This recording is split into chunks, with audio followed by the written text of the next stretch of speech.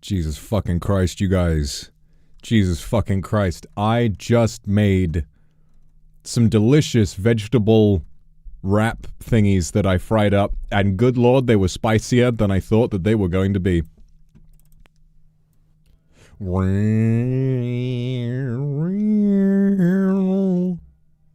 Da, da, da. Hello everybody, I'm back! Thank you so much for waiting for so long for my stupid ass. Thank you, I missed you so much. QA, thank you very much for the super. And Naku, thank you so much for the super. Bogang, thank you so much for the super. Love Cake, thank you so much for the super. You guys, I know it must be strange. Kairos, thank you very much. I know it must be strange to have an Oshi who probably has more I'm back from a trip streams than he does episodes of him playing Donkey Kong Country. But we're always working really hard. That's the thing. That's the thing, right? Every time I've gone somewhere, it's always been to cook something. And let me tell you, we have been cooking. While myself and the lads were away, we've been working very, very hard. And I personally have been working on a lot of personal stuff as well, all of which hopefully you will get to see someday. It's crazy because this is it's crazy to get used to, even still, like, even after all these years, is that this career is one where the main bulk of it is getting to share something with all of you. But sometimes when you want to work on more ambitious stuff to share with you, then, you know, it can start to get a little bit exhausting. And you gotta take time away in order to really make something incredible. So it's a crazy experience, but I'm glad that you're all very, very patient. And I'm glad that I have you to come back to every single goddamn time. Koya, thank you very much. Noah, thank you so, so much. I missed you so much. I missed you too. I miss you too, Chiharu. Thank you very much. I'm sorry as well that I don't really announce it too well when I take a break now. I think it's because I'm always a little nervous. You know, I'm always a little nervous about, hey guys, I'm going somewhere. I'm a little nervous about that because then when I say that, it invites people to speculate like, where could they be? And then that obviously is a little spooky sometimes. Miss you dreadfully. Chilik, thank you so much. I miss you too. Kairos Akuma, thank you. Tosakanai, thank you very much. Greg, thank you very, very much. Your Scrimbly Bimblo, your Wimbly Binkless is back, and he is better than ever. He has eaten his food. Pei-chan, Yun, Sabina Kari, thank you so much for the supers, guys. Thank you, I missed you. Thank you guys so much. Teddy Oaks, thank you. I'm going to have to go to the fan funding menu. I'm going to make sure I thank everybody. Oh my god. Thank you very much. Mami Mi, Mianya, Peachy Milk, Toya, Sunshine, and Duck. Thank you so much. All right, listen, you guys. Shidokama, thank you very much. I know, they always do. And Cindy, thank you so much. So, obviously, it's difficult to talk, I guess, trip stories because so much of what we got up to is so very confidential. Obviously, I am not allowed to talk about much of anything. Because it's all very exciting and there's lots of interesting stuff for you all to look forward to. I've been working very hard in particular because there have been multiple things that I've had going on. I swear to God, there's a span of like a straight week while I was away where it was literally like full days every day. Literally every day was like wake up 8 a.m. Wake up before then, probably wake up around 6:30, then leave at 8 a.m. and then just do really high intensity stuff all day until like 10 and then fall asleep. I love doing it. I love working that hard so much because it's always really, really fulfilling. If the work is good, it doesn't feel like work. It feels like something that you do. It feels like something I would do anyway. It feels like something I would do for free, right? So to me, I think it's fine. Fun. Thank you very much. Mikey. Thank you very much. Yaya. Thank you very much. The Odd Girl. Thank you very much. To the point where, yes, and the reason I was up for so long is that I traveled home the other day, and I essentially failed to get to sleep on the plane. I failed to get to sleep on the plane. You know what was interesting?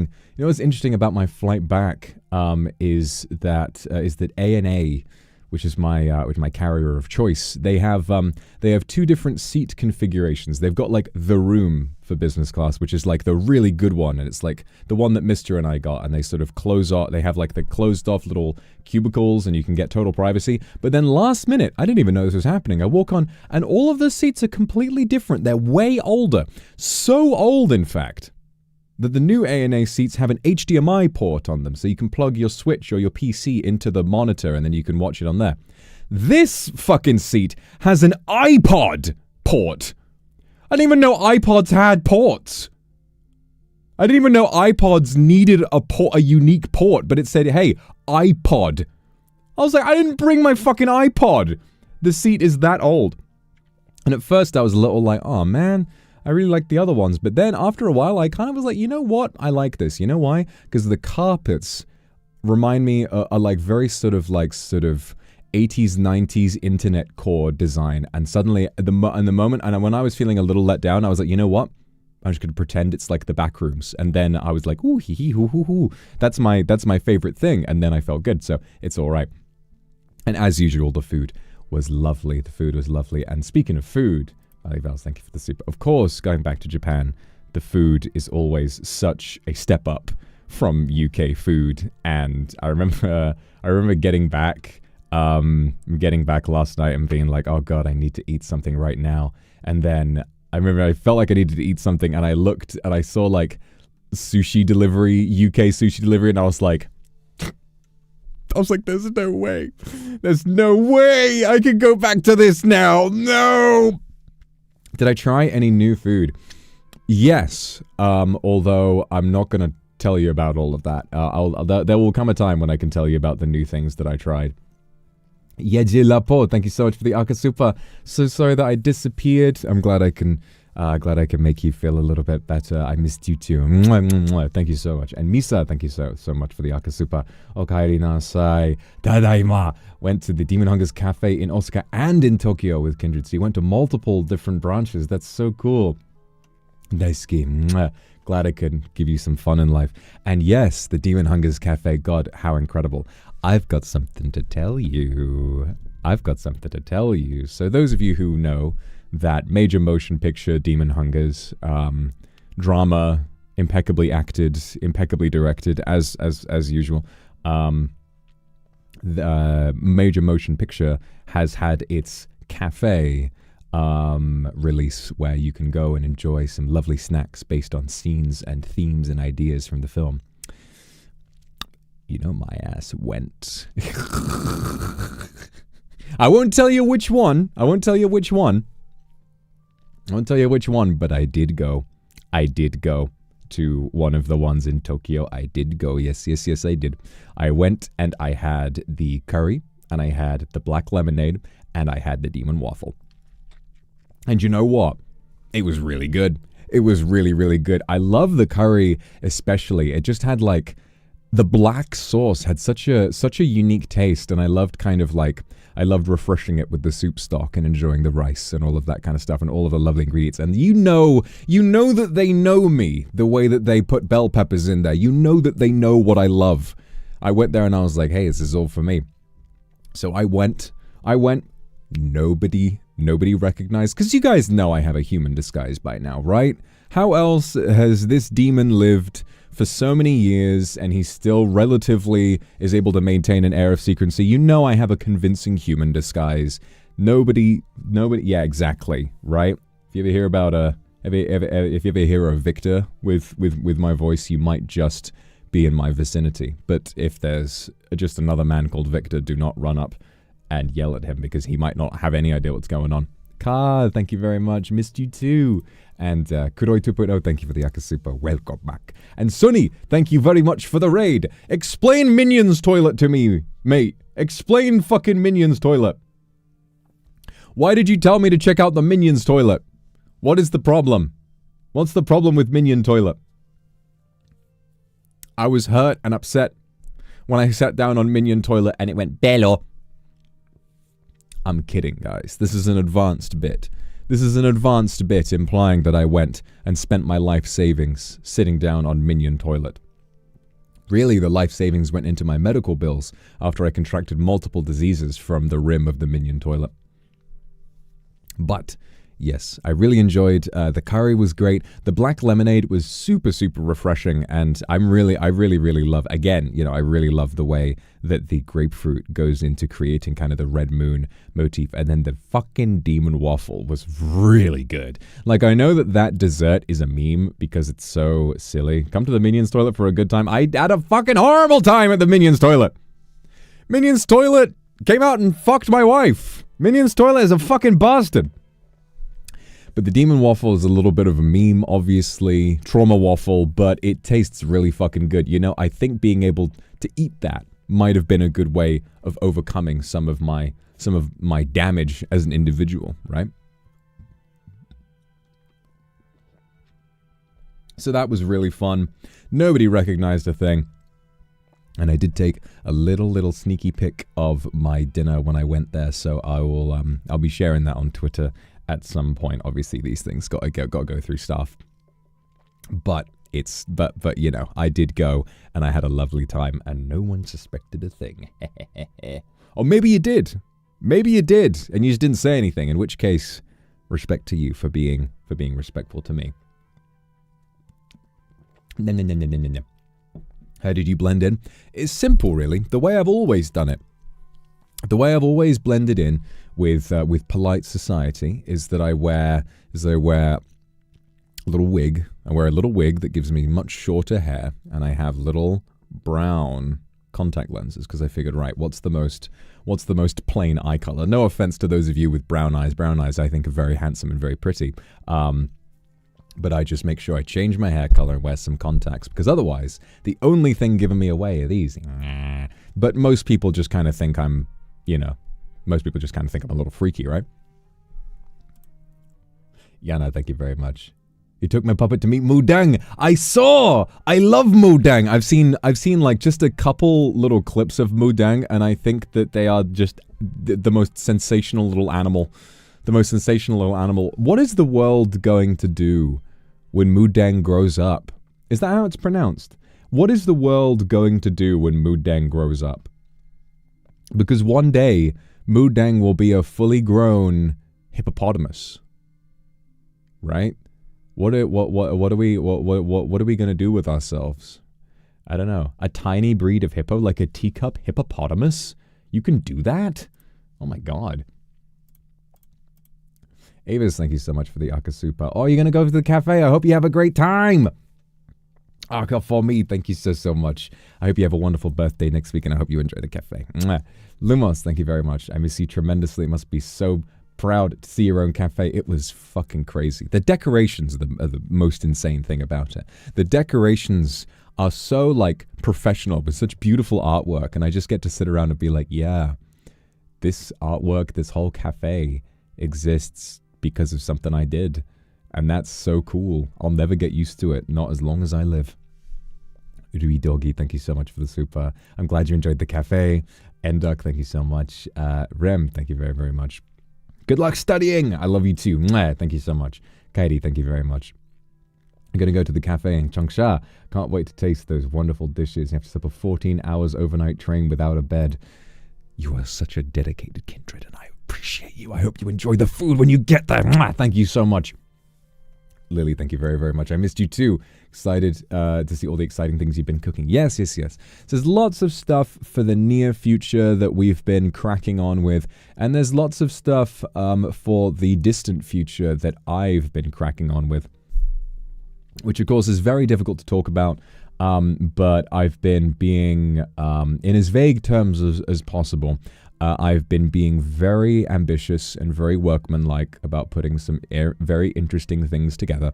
And what's interesting for me is that I feel I've just noticed there's like hang on a minute. I just noticed I've put like a dark filter over the background. I don't want that, guys. Let's have some, let's get some light in here. Oh, that's better. So, it's interesting because I feel like now creatively, I think that I work and think quite differently than I used to. And it's interesting because I've learned so much over the past year. I've learned so much and I've grown so much. But really, my thoughts and feelings that I shared with you a year ago, back in sort of August-ish time, when I watched Across the Spider-Verse and it changed my life, very much my motivations and my sort of view of things feels very much the same then as it does now. But really I've progressed a lot in terms of learning how best to do all of those things. So it's really interesting how, back in the day, I would think a certain way about what I needed to be spending my time doing. And now I think a different way. And what I'm lucky for is the fact that all of you kind of support me, regardless of which way I choose to do things. And there's a lot of really, really cool stuff that I hope, if all goes well and if things progress in the way that I'm hoping that they will, then there's a lot of very, very, very, very, very cool stuff that you'll get to see. But that's all for the future. Got a lovely little beverage there.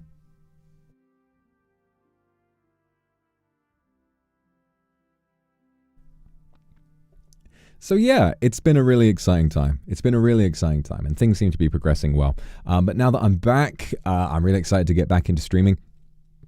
So what I've been thinking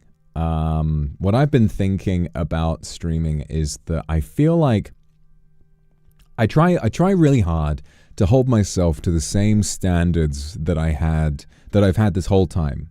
But what I'm also realizing is that now that my time at NIJISANJI has I've been here for much longer, I have over time accumulated lots more things to be involved with, and that means that I have lots more work to do behind the scenes than I used to. So keeping up with the same mad schedule that I used to have back in the day just doesn't really make sense. I would be kind of really pushing myself, and I do push myself, but I think I would be pushing myself a little too much. So I think, because I'm wondering, right, I really like the idea. I've kind of been enjoying, well, not watching streams per se, but I've been enjoying thinking about streamers who just kind of will, instead of going live for a specific thing, they will just kind of go live and do whatever it is they feel like doing on that day. And I'm wondering if doing that for a while might be slightly better for me, because I like streaming a lot, and I want to do it lots, mostly because I want to spend time with you. But it's interesting because with RuneScape 9 out of 10 times, absolutely correct. So it's really interesting because like with an audience that's so kind of spread across the globe, with I need to I think a schedule is necessary to make sure people can make time and they know when a stream is coming and they know what to expect. But I'm thinking maybe to like get back into the swing of things and to get back into the rhythm, and also to kind of figure out how best to manage myself while I'm also doing so much work behind the scenes, because these days it really feels like it never ends. And I want to be very clear and say that I love it. I love all of the work that we get to do. It's incredibly exciting, but it's a lot. So in order to try and balance that, I think for a bit, what I'm going to try and do is like have some streams where it's just, I'm going to go live and be like, hey guys, today we're going to do this. Today we're going to do that. Today I'm feeling like this. Today I'm feeling like that. And it's so, and to kind of balance myself a little bit better and see how that goes. And then, who knows what will come after that. All I know is that I want to do streams and I want to entertain you and just have really, because I know what we want at the end of the day is just a platform where we can interact and have fun with each other. And that is what I intend to provide. Gio, thank you for the gifted. Shuen, thank you very much. You've been living alone in London for a fortnight. London, I'll tell you something I've heard. Well, back when I used to live in London, sort of like 40 odd years ago, London was a very, very lonely place. And interestingly enough, I only ever really had like a very, very, very small a very, very small group of friends that I would ever get to spend time with. But even then, getting to spend time with people was quite a rare thing. So it makes sense. But as long as you've got people who are online and people that you can speak to regularly, then you won't get quite as lonely as I used to. You know, it's a very lonely place, but I'm sure you'll feel better with some time spent. Mamimi, thank you very, very much. And Masato, thank you so much. I'll bring the Kuji doll to cafe next week. Oh, good. No worries with streaming. Yeah, but I love to stream. I love to stream. Like, you know, that's what I was hired to do, and like that's the most important thing, because it's when I get to spend time with my favorite people, which just so happens coincidentally to be you. So I would rather not stream. I would rather stream if I have the time and energy. I just need to figure out, you know, what the time and energy is and how to have the most of it. Tarushka, thank you so much. Yeah, no, I got lots and lots of stuff done. I've been writing a lot recently. And it's been very rewarding. It's been very, very rewarding to be writing a lot, and to kind of, you know, flex those muscles and sort of make sure that I'm keeping it on. And a lot of it, well, there's nothing better than writing something and then looking back at it. Kind of while you're writing it, you think, oh, I don't know, and then you read it back, and then you're like, oh, I actually cook with this, you know, like, because normally it's reading it back where it sounds bad, but for me, it tends to be that I doubt myself, and then I read it back and it's fine. I don't really draft very much. You know what I do? I just kind of rewrite the same sentence like 7 or 8 times until it sounds right, and then I move on. I just kind of work my way through one mega draft very slowly, you know? Beach Girl, thank you very much. I missed you too. Don't worry, I'm back now. How did I feel when I saw Kendra at the cafe? Was I nervous? I was very nervous. I just kind of sat there and, you know, eating my demon waffle, thinking, they don't know. I wish I could go up and say, hey guys, but I know it would be dangerous. You know, I keep my distance from people for a reason, but it was just so nice to overhear conversations and see people having so much fun at the cafe. Shachiku, thank you very much. Luca collab was fun. God, it was very silly.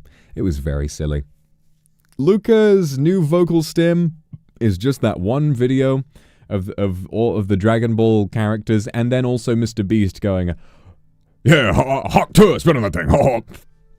We had like a whole thing where we started sending like voice notes to each other, and it was just the same thing over and over again. It was just the same thing every single time. This is hot tour, spit on the thing. Hot tour, spit on the thing.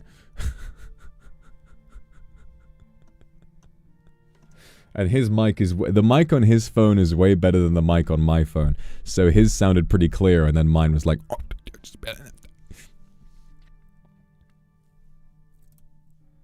and Doug, thank you very, very much for the super. Kairos, thank you very, very much.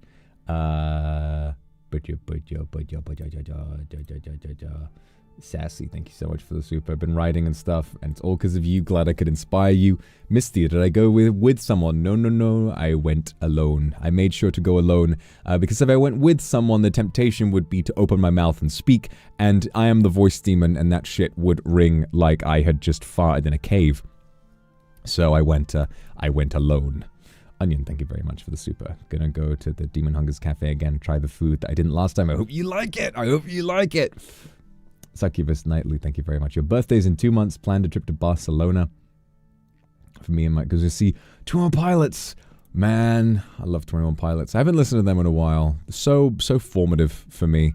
Such emotional lyrics. I really like those guys. Gio, thank you so much for the super. Last week was your birthday.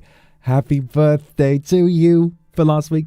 Happy birthday to you. Happy birthday to Gio. Happy birthday to you. I hope you had a wonderful birthday. So yeah, I had a lovely, lovely time, and my Japanese is steadily getting very slightly better, although I don't really learn all that much because I struggle to retain information. I have learned a little bit more, so I can get a taxi a little easier now. I can say the name of the place I'm going, Made Nagashimasu. I remember that. And then I figured out what dozo, I figured out what that means. And I think Just generally getting better at kind of... I can go to 7-Eleven and I can ask for a famichiki entirely in Japanese, okay? Here's what I do, all right? This is my survival guide for 7-Eleven getting a famichiki in Japan, okay? So I walk in, and I always want the red spicy one. So they say dozo, and I say, and if it's the morning, I say ohayou gozaimasu, and then I say I say nanachiki red o hitotsu kudasai, and I go hi, and I go arizamasu, and then they bring it out and they wrap it up, and then they say whatever it means. They say whatever it means. They ask if I want a bag, and I just kind of listen for when they say something. I don't actually know what the phrase for bag is, but then when they ask me a question, like it sounds like a question, like "ska," and I go "Hi, onegaishimasu," and then they do that, and then it's all good. So I can survive 7-Eleven pretty easily. Although sometimes, being a white man, there are quite a few times that, especially in sort of very tourist-centric areas, they will just immediately start speaking English, and I'm like, damn it! Didn't even get to try that time. Damn it! They don't know that I know how to ask for chicken and not much else. They don't know. But I still appreciate the effort that they put in. And thank you very, very much. Super took me 10 minutes to... No! I miss you too. I hope you're feeling better. I hope you do better soon. I'll kiss you better. Hate how you got the Hawk Tour meme stuck in my... It's so dumb. I hope that Hawk Tour becomes an ironic meme like my name Jeff.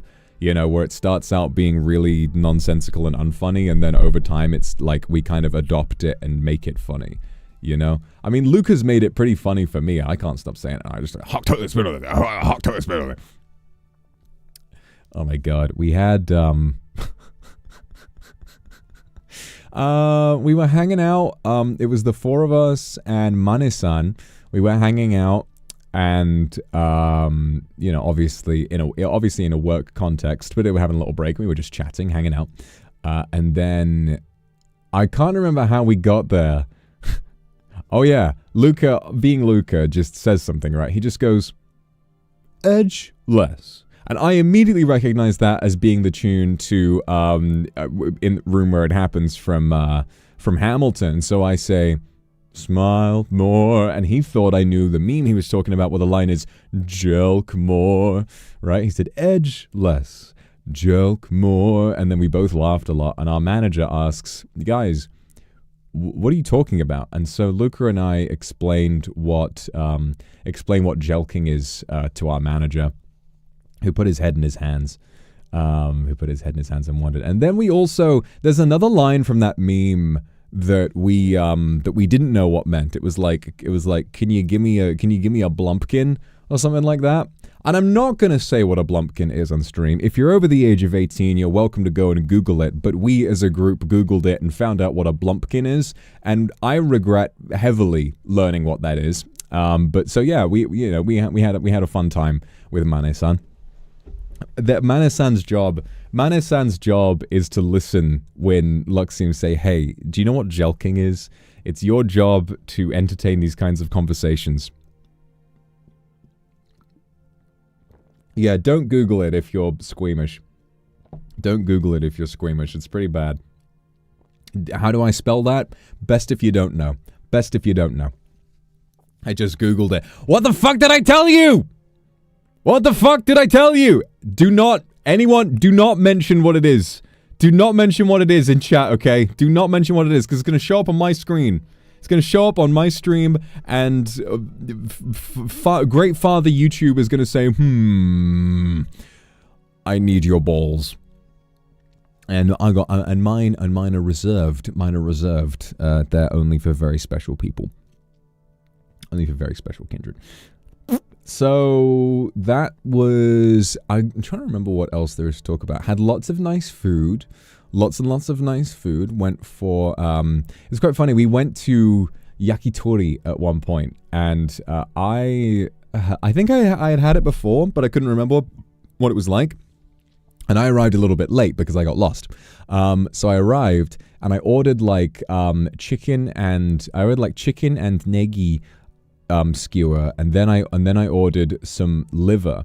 Turns out that is exactly what Shu had already ordered. So the moment his order showed up, I immediately took it and ate one of the skewers. And then I realized, I took a bite out of the liver one. I realized, actually, I don't think I really like liver all that much. So then Shu had, I don't think he finished them, but Shu suddenly had 4 liver skewers on his plate, which was good. The chicken and leek ones were very good. The chicken and leek, chicken and negi, I don't know, one of them, but it was very, very good. Very, very nice. Yakitori was really, really nice. And quite a few times I would go to Kurazushi. I went to Kurazushi and I went and I just sat on the counter seats. And I love that conveyor belt counter experience for sushi, because there's something so nice and private about just sitting there and being like, yeah, I'm going to pig out and I'm going to eat as much as I want. I'm going to do the gacha. I'm going to get a little prize. It's going to be so, so good. So that's pretty cool. Camellias, thank you very much for the super. Oh, I'm going to bring some excitement back into your life. I'm going to bring some excitement back into your life. You're at college. College life doesn't have to be boring, okay? College life doesn't have to be boring. Join a society. That's always fun. Skylar, thank you very much for the super. Good luck at your first day of uni. Same advice goes to you. Socialize. Join a society and see what you can do. I was in my university. I was in the film society. We watched films, and that was great. That was all it needed to be. We were just a group of people to watch films with. Tarushka, thank you very much. Best part of being Kindred is just how much our vocab gets enriched, even if it's against your will. Yes, I will be filling your head with very terrifying imagery, and you do not have a choice. You do not have a choice. I'm package deal, and I come with horrors beyond your comprehension and nice feel-good vibes. You don't get to pick. Heika, thank you very much for the super. Oh, you off collab with some kindreds. Ah, that sounds really fun. Also went to the TDH cafe and saw a very beautiful Vox Ant with a Vox cosplayer there. How do you know that wasn't me? Huh? How do you know that wasn't me? How do you know that wasn't me hanging out with beautiful Vox Ant? It's just, it's because I wouldn't I be so lucky. Nyoko, thank you very much. Took my Jiro plushie to the cafe. That's so sweet. I think I might have seen it. It's a very, very cute plushie. Magikaza, thank you very much. Considering going back to the UK at this point, it's a good experience. The UK is nice. We make jokes at the UK's expense. But it is nice. There is lots to like about it. I chose to live here for a reason, Shachku, what is my favorite sushi item? I'm going to say I have had a lot of sushi now. I have had a lot of sushi, and I think I have decided that my favorite overall sushi to get is probably scallop. I love cooked scallops, but raw scallop is really light and refreshing with a beautiful tanginess to it. I think it's lovely. So I'd say probably what the scallop? So I'd say scallop, followed very closely by, in Kurazushi you can get the premium tuna, like bluefin tuna. I would say the really, really red cuts of tuna I think are definitely my favorite. Really, really beautiful. Ironically called bluefin, but the tuna itself is very, very red. But it's really beautiful. But yeah, scallop is definitely my best. Definitely my favorite. May Grace, thank you very much. I'm glad you had a good time. It's so cool. It's so cool that this is a thing we got to do. Edi Lapo, thank you so much for the super. Last time I went to Japan, I just knew simple Japanese. Want to buy some anime products of you. The phrase... VTuber, which floor? That's pretty funny. Although, they'll probably know exactly what you're talking about. VTubers are a big ticket item in Japan, a lot more so than they are in the rest of the world. Tokito, thank you very much for the Akasupa. Jimmy's BMI Care Fund. Glad to know you're getting good food on your travels. I'm getting lots and lots of good food. Lots of lovely food. We had a big meetup. We met up with a bunch of people to go to Sushiro at one point. And then afterwards, we kind of hung out for a while. And wound up going to this place with, like, gacha, lots and lots of claw machines. And we spent a good long while there. And I've never really been too into claw machine stuff. I was always like, I don't really know if I want this. But then I looked around and I started seeing claw machine stuff that I actually really wanted. First of all, there was a little Curious George. There was a little Curious George plushie, and I thought, oh my god, it's a little monkey. So I went and I got him, and I realized it's a little Curious George where he's like sleeping, like he's got his hands together and he's resting on his hands. And I realized because he's got his arms kind of together, I can slot him onto my finger, and I have a little monkey curled around my finger getting some rest, and it's the cutest thing ever. Then, lo and behold, so you know how, hang on, let me thank the rest of the supers real quick before I go on with this funny story. Coco Snow, thank you very much. Feel the power! Odd Girl, thank you very, very much. I'm glad you liked Long Legs. It's a great film, isn't it? But I did get it, yes. I was very good, surprisingly goated at the claw machines. So, next up though. You know how claw machines, or let's say arcades, pretty much everywhere in the world, they'll have kind of recent sort of pop culture items in them. So, you guys must have been to a, like, you know, you guys must have been at some point to an arcade and seen Among Us plushies, right? I remember one, there was like the pier, and you go to the pier, and on the pier, there's like one of those ones where it's a giant plushie, and you have to try and put money in to cut the wire, and if you cut the wire, you get the giant plushie. Giant Among Us hanging from the thing. Now this place, I don't know if I couldn't find any. There was no Among Us. There was no Skibbity Toilet. There was no, not even any Poppy Playtime, which I know is a big one for arcades and claw machines. Not even any FNAF. Do you know what they did have though? Garten of Banban. They had Garten of Banban plushies in a claw machine, and I saw that and I was like, no! I was like, no fucking way they have Garten of Banban plushies in here. There is no way. There is no way that Garten of Banban has plushies. And I went in there and I was like, I am going to get my Oshi Jumbo Josh. And I did. And I did. And I did. I won Jumbo Josh, but not without a struggle. I put a lot of money into Jumbo Josh. I went and I tried to find Jumbo Josh, and in the end, right, I'll tell you what happened. Jumbo Josh went all the way over the edge. Jumbo Josh went all the way over the pit where you win it, and it dropped, but then the label got caught on the outside, and it wouldn't fall out.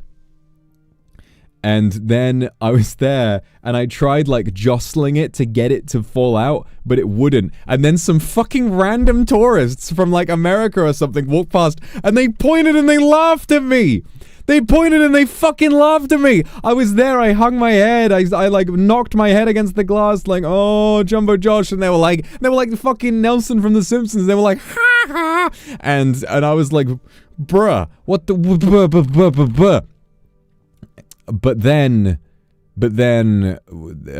a attendant came around and said, okay, and then saw, okay, clearly fair and square, you've won this, and then put it through and got it out of the machine, and so I got my Jumbo Josh.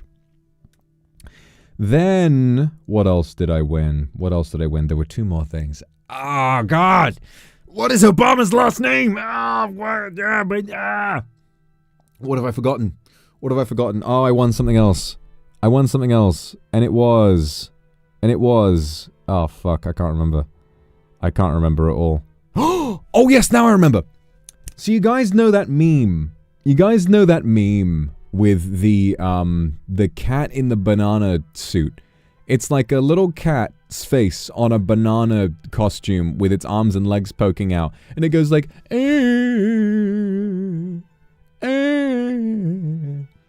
They had a little plushie of that. It has a photorealistic cat face, and if you squeeze it, it goes wow wow wow wow wow wow wow wow wow wow wow wow wow. And the moment I saw that little cat in the thing, I was like, that's terrifying.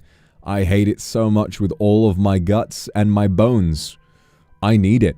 And I went and I got it like second try. I was really goated on that one. And then, last of all, there was a really cute little monkey. Just a complete, like, not branded, just a random little monkey who looked very silly, and I was like, I need him. So I went and I got the monkey as well. And in the end, I was like kind of a goated claw machine player. You know, I got through quite a few of the claw machines. I had like 4 different things. I had like four different things. It was pretty cool. So maybe I'll show it to you. But you guys know it's always tricky with IP and stuff. I named the monkey yet? I have not named the monkey yet. I'm gonna name the monkey. I'm gonna name the monkey something spectacular, guys. I'm gonna name the monkey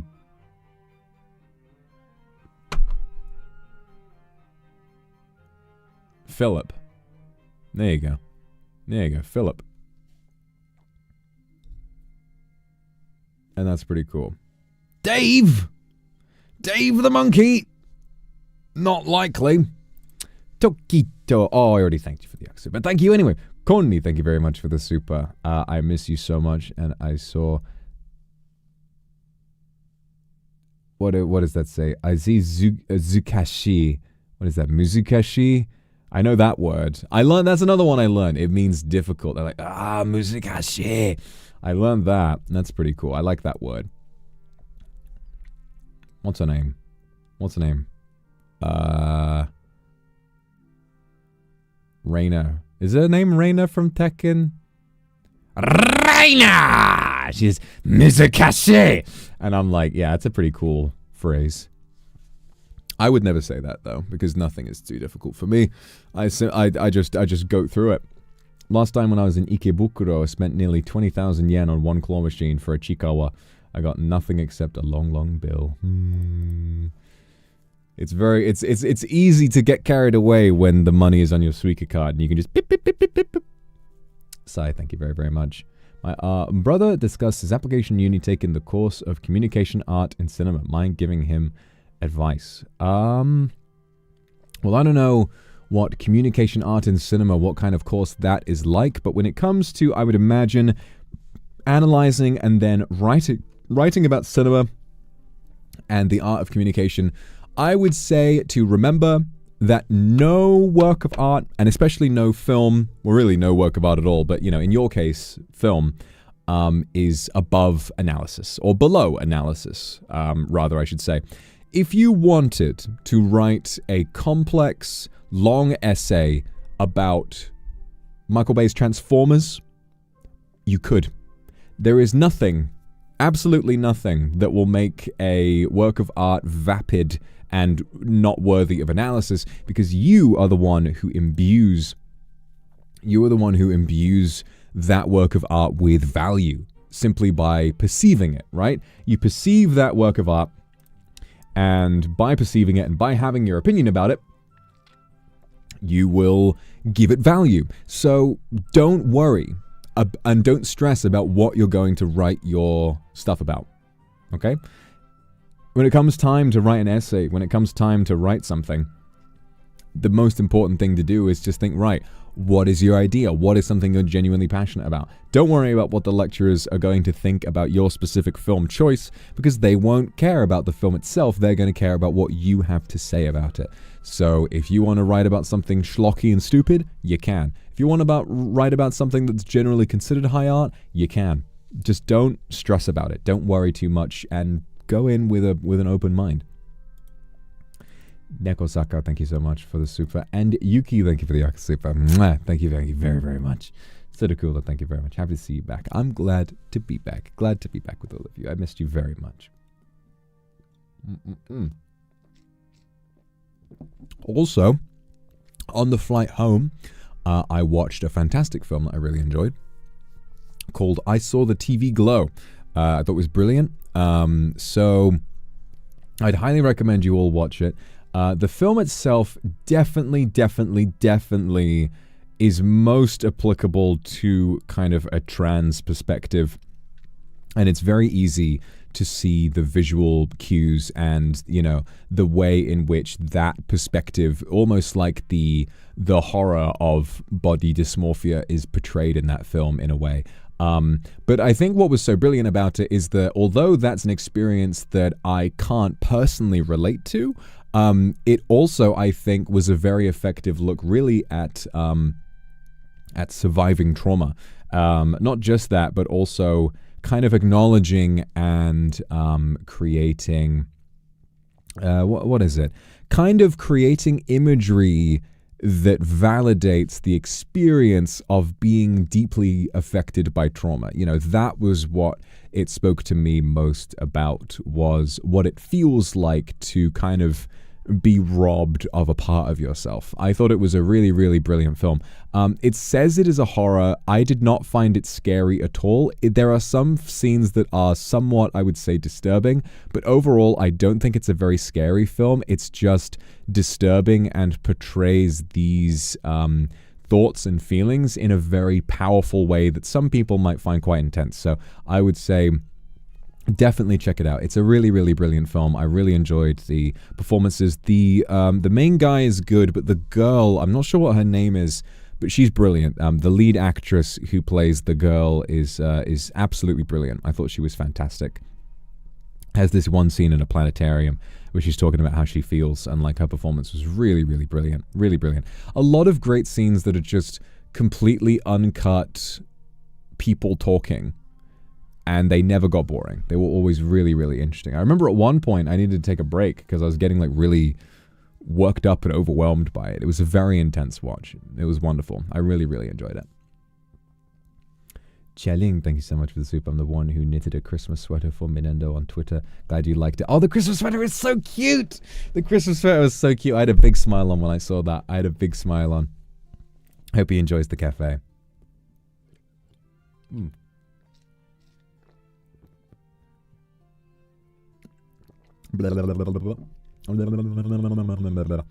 Bridget Lundy Payne. That kind of sounds right. I remember she had a double-barreled surname. But yes, that was good.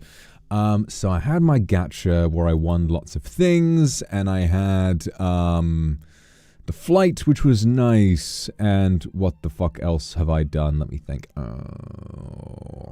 What else can I talk about that isn't strictly secret cool stuff I've got to save for later? I don't know. What else is there? Went to yakiniku. Went to yakiniku a couple of times. That was good. Always love a bit of yakiniku. I'm getting better at cooking. We met Camellia in person, which is really, really nice. He's lovely. A really fantastic singer, and just a really lovely, friendly person as well. So it was really, really nice to meet him. Really, really wonderful to meet him. A very, very snappy dresser. You know, a really, really, really like kind of fashion forward kind of person, you know, loads of really interesting outfits, like such an interesting guy. So that was good. I can't really think of what else there is I'm able to talk about. It was very overwhelming because I was working so hard, you know, and you can't really talk about all that much. When is later? It's later! Okay? You'll get what I've been cooking when it is fucking ready. And when it is, oh my god, it's gonna be so good. So really, I thank you very much for the super. I found someone selling your big plushie that I failed to buy it at first when it was released. So happy. I'm gonna hold him like the Lion King. Let's go! The big plushies are so cute. I can't wait for staff to send me one. I wanna squeeze that. I wanna squeeze that bad boy. People have been really enjoying the big plushie. Really enjoying the big plushie. A lot of people have been really into making outfits for that plushie.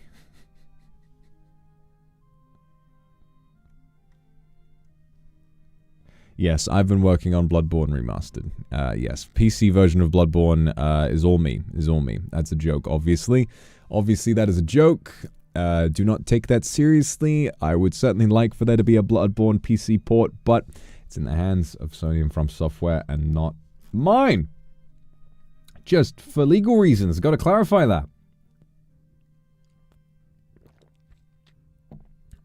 Enduk, thank you. Bought the Gorilla Vox plushie. Yippee. Oh, God. There's something monkey related I've been thinking about. Something monkey related that I want to talk about, but I can't remember what it is. I just know monkeys suddenly turned up in my brain, and I'm like, I know there's something about monkeys and apes that I want to talk about, but I can't remember what it is.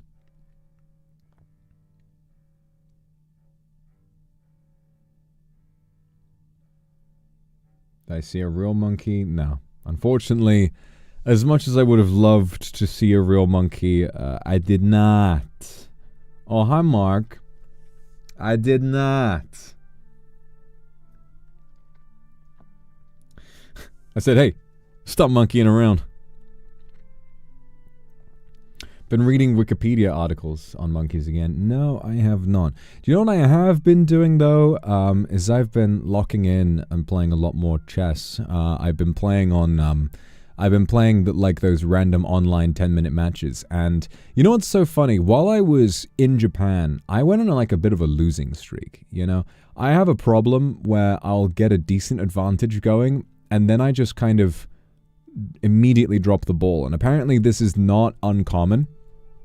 There's a quote from some grandmaster who said, like, the hardest thing to win is a one game. You know, if you've already won, then finding a way to close out the game without blundering is really hard. I just keep getting an advantage up, and then I just, oh shit, I've just planted my queen right somewhere where it can get captured. Oh shit, I just didn't even look, you know? And I kept doing that over and over and over again. But then, when I got back, and I was just like, oh god, I'm so tired. I was like, oh, I'm so tired. And I was getting trains and buses and everything.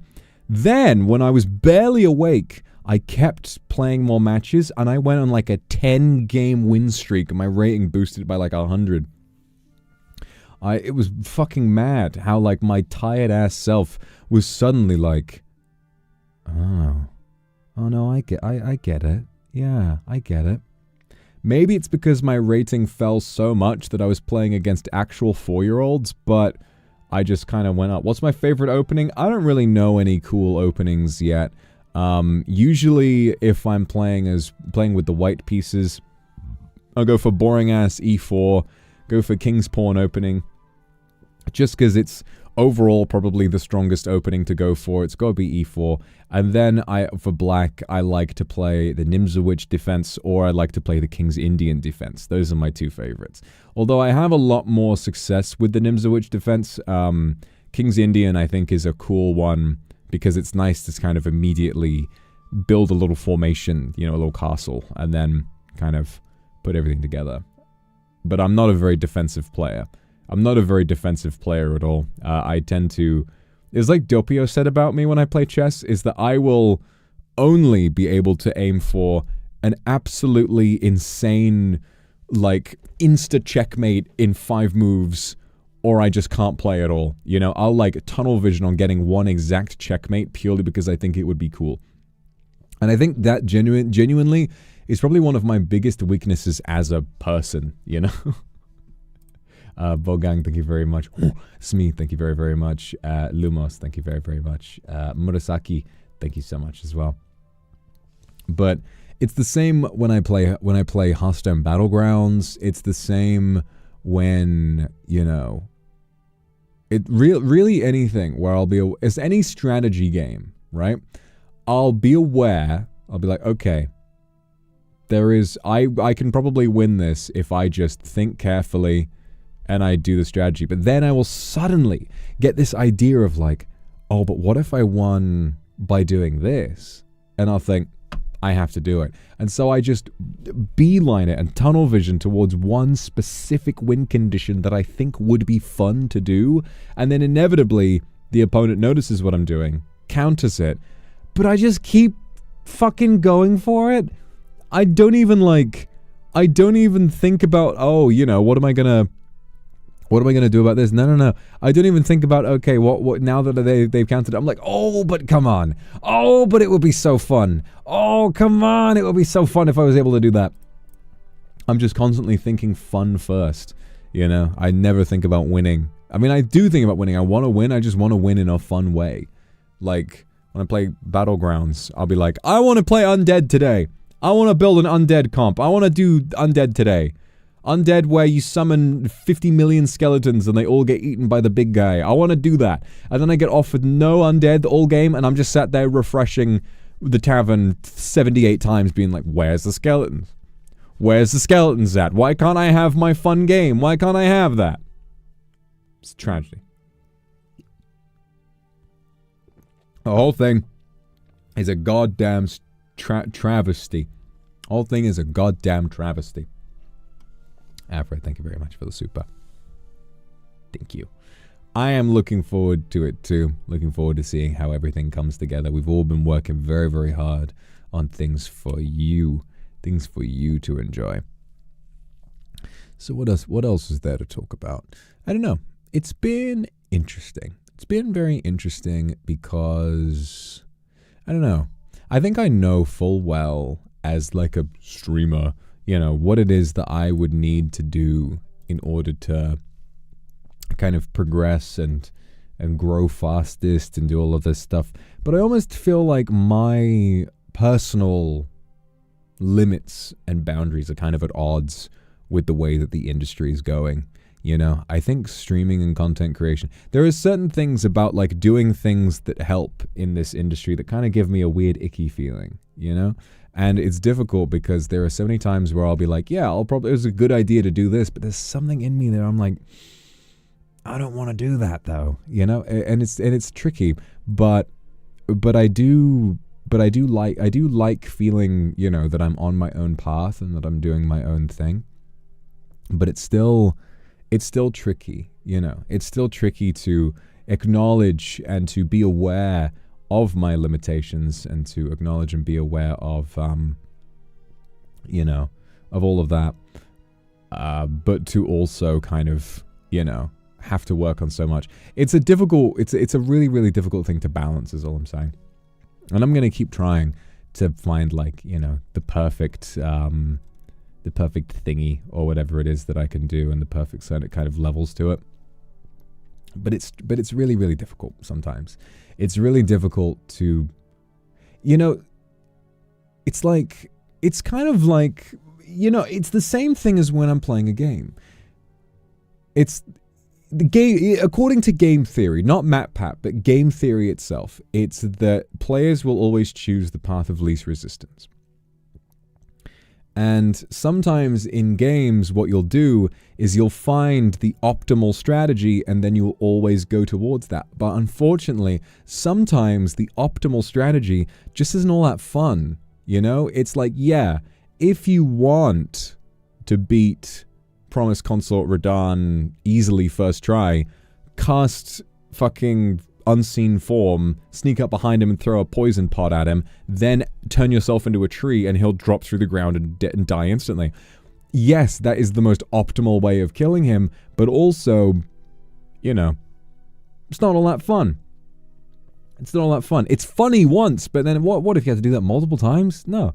So what's tricky is, you know, seeing like the meta, I guess, as a streamer, and then kind of being like, well, A, I'm not able to do that as a VTuber, you know, it's not really a part of our toolkit, and then B, okay, what are we able to do? And then I look at it and I'm like, I don't want to do that.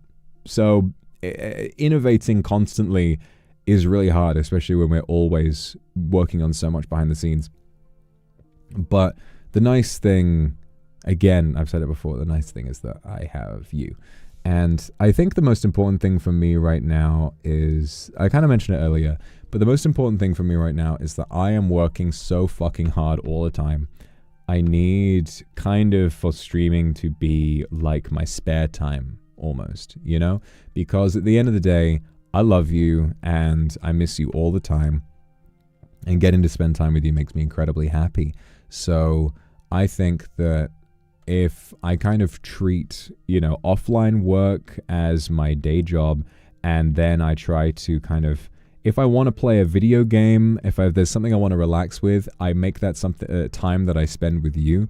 I think that's something that I would be really happy about, because I need to be, not only do I need lots of time and energy to work on these things, I also need, you know, kind of, I need to have the time and energy to also stream, because I can't just not stream. And I wouldn't want to just not stream because, like I said, you know, I really, really enjoy getting to see you. So I think, like I said, I think something that I want to try doing is basically just having a lot more of a relaxed, not schedule, but kind of content for streams. I want to do stuff that's easier for me to do. And then after I've done that for a while, I think, because it doesn't mean there's going to be any less content for you. It doesn't mean there's going to be anything less for you to enjoy. It just means that it's going to be stuff that I find it pretty easy to do as well. And then I think after a while of that, I'll probably get back into the rhythm and be able to do more with it. Oh my God, yes. I just remembered. So you remember last year how, you know, I released a film and then murdered 3 dudes and transformed into a brand new body, and I was really depressed for a long time and I didn't know how best to handle myself and all of that, and it was just generally a really stressful, difficult time. At the same time, RuneScape had leagues happening, and I played that so much. And they have announced that they are doing leagues again in November this year. And you better bet your fucking ass that I'm going to be playing that on stream from minute one. From minute one, I promise you that I will be there.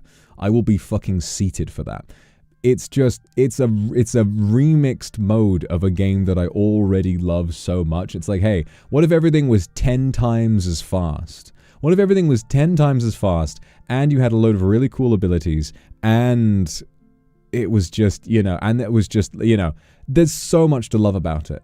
And they're changing it so, like, the bosses have unique mechanics now, and you can get any mega rare from all 3 of the different raids, and it's just, I really want, at that time of the year, when November rolls around, I really want to just be streaming, playing that game and nothing else, you know? If we have the time, and if I don't have too much offline work to do, I would like to just have days back to back just spending time with you while we play the game. Like, I really, really want that so badly. Like, I don't know. It's difficult because for the longest time I've been like, yeah, you know, I need to pick games that everyone wants to see me play, but I know for a fact that I don't think to you guys, I don't think the game matters. If there's another game I want to play, I'll play it, but I just think that there's nothing better than getting to spend time with each other while I just enjoy a game that I love that much. Also, speaking of RuneScape, they have an update coming out tomorrow. Do you remember back in March, they released Valamore, and I did a members stream where we played that together for like 9 hours? Well, the second part of Valamore is coming, so I think it's coming tomorrow. So I think, as is tradition for a new update, I would like to do a RuneScape stream tomorrow. Tomorrow I'm going to be doing a RuneScape stream playing that new update, and we will be enjoying that and just having a nice long RuneScape stream on that day, and it's going to be really, really fun. So look forward to that. It's going to be super, super good. Cindy, thank you very much. GB Prince, any plans for the Demon Hunger's 1-year anniversary? Oh gosh, that is a good question. I'm not really sure specifically, but we will definitely do some kind of stream to celebrate. Absolutely, we'll do some kind of stream to celebrate the 1-year anniversary. Lollipop, thank you. Hugged your puppet several times while you were away. Oh, the bad news is I'm busy with work next month. No, that's okay. I'm going to miss you, but I'm sure you're going to get on with all of your stuff and it's going to go great, okay? Tokito, thank you very, very much. Everyone has their own time zone. You're not ahead. You're not behind. Oh, Yukikaze, thank you. I want a break from work. I wanted to say one thing. Well done. Thank you for your hard work. Thank you. Thank you.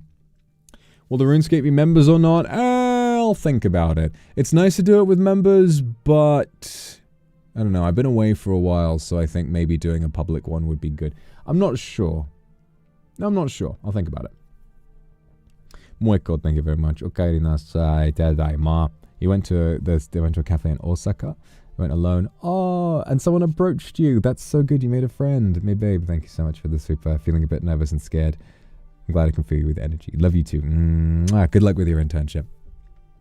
I'm all out of drink. No. I'm all out of drink.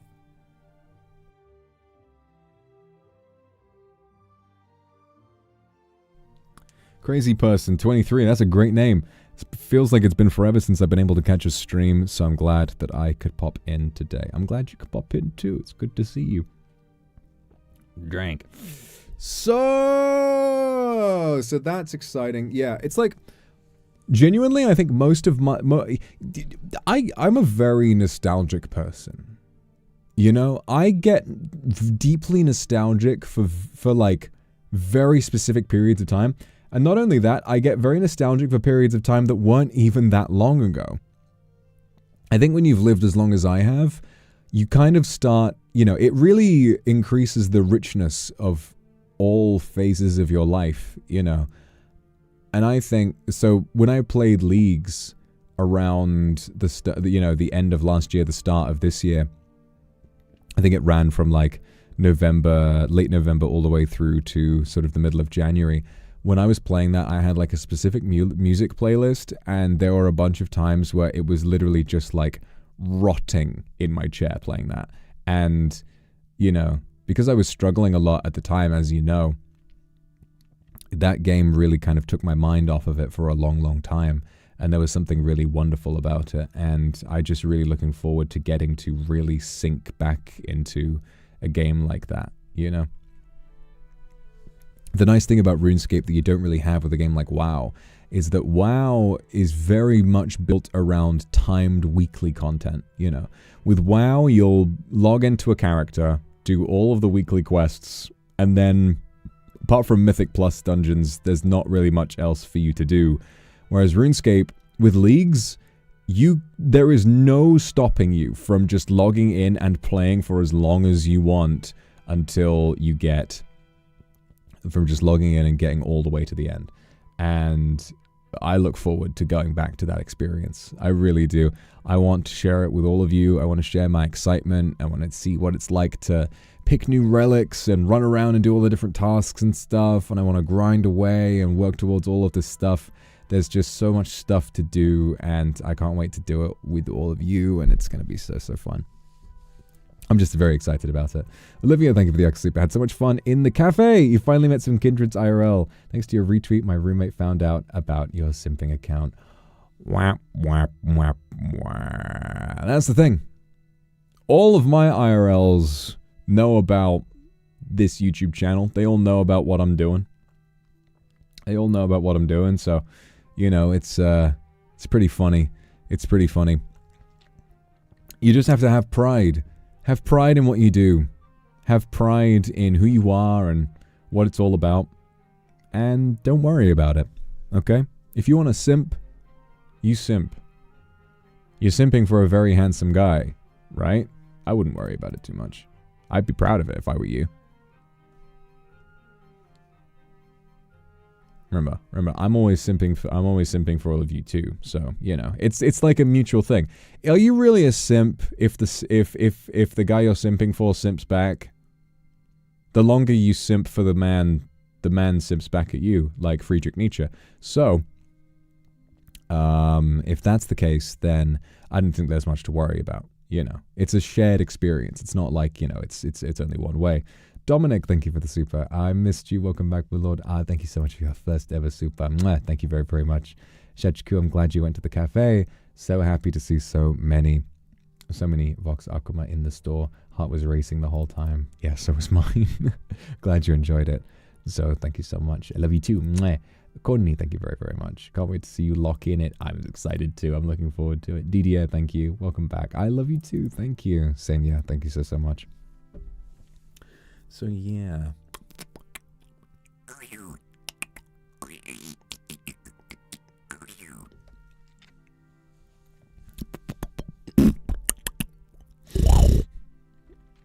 So that's fun.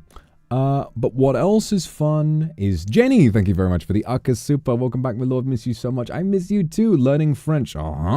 Everything went smoothly. The teacher often praises me and says I'm very talented. I love you. Chin chin. Mwah. Thank you so much. And congratulations on learning French. I love you too.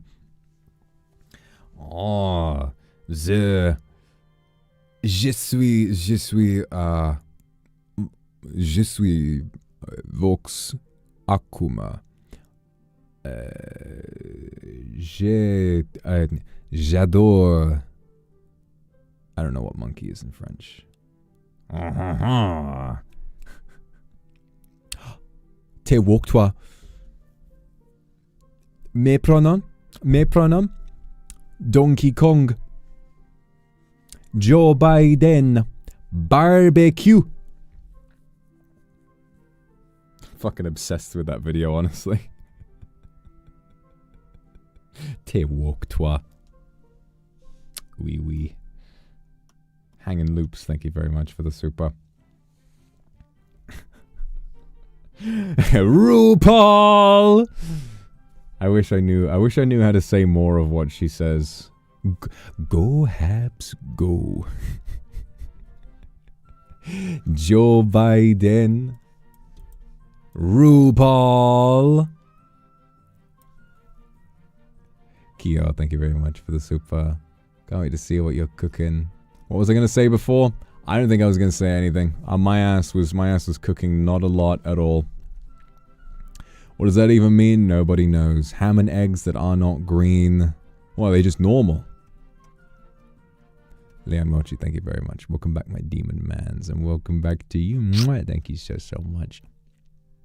I was just yapping. Yeah, exactly. Me prenez Québec. Français. Barbecue. Joe Biden. RuPaul. Yui, thank you so much for the super.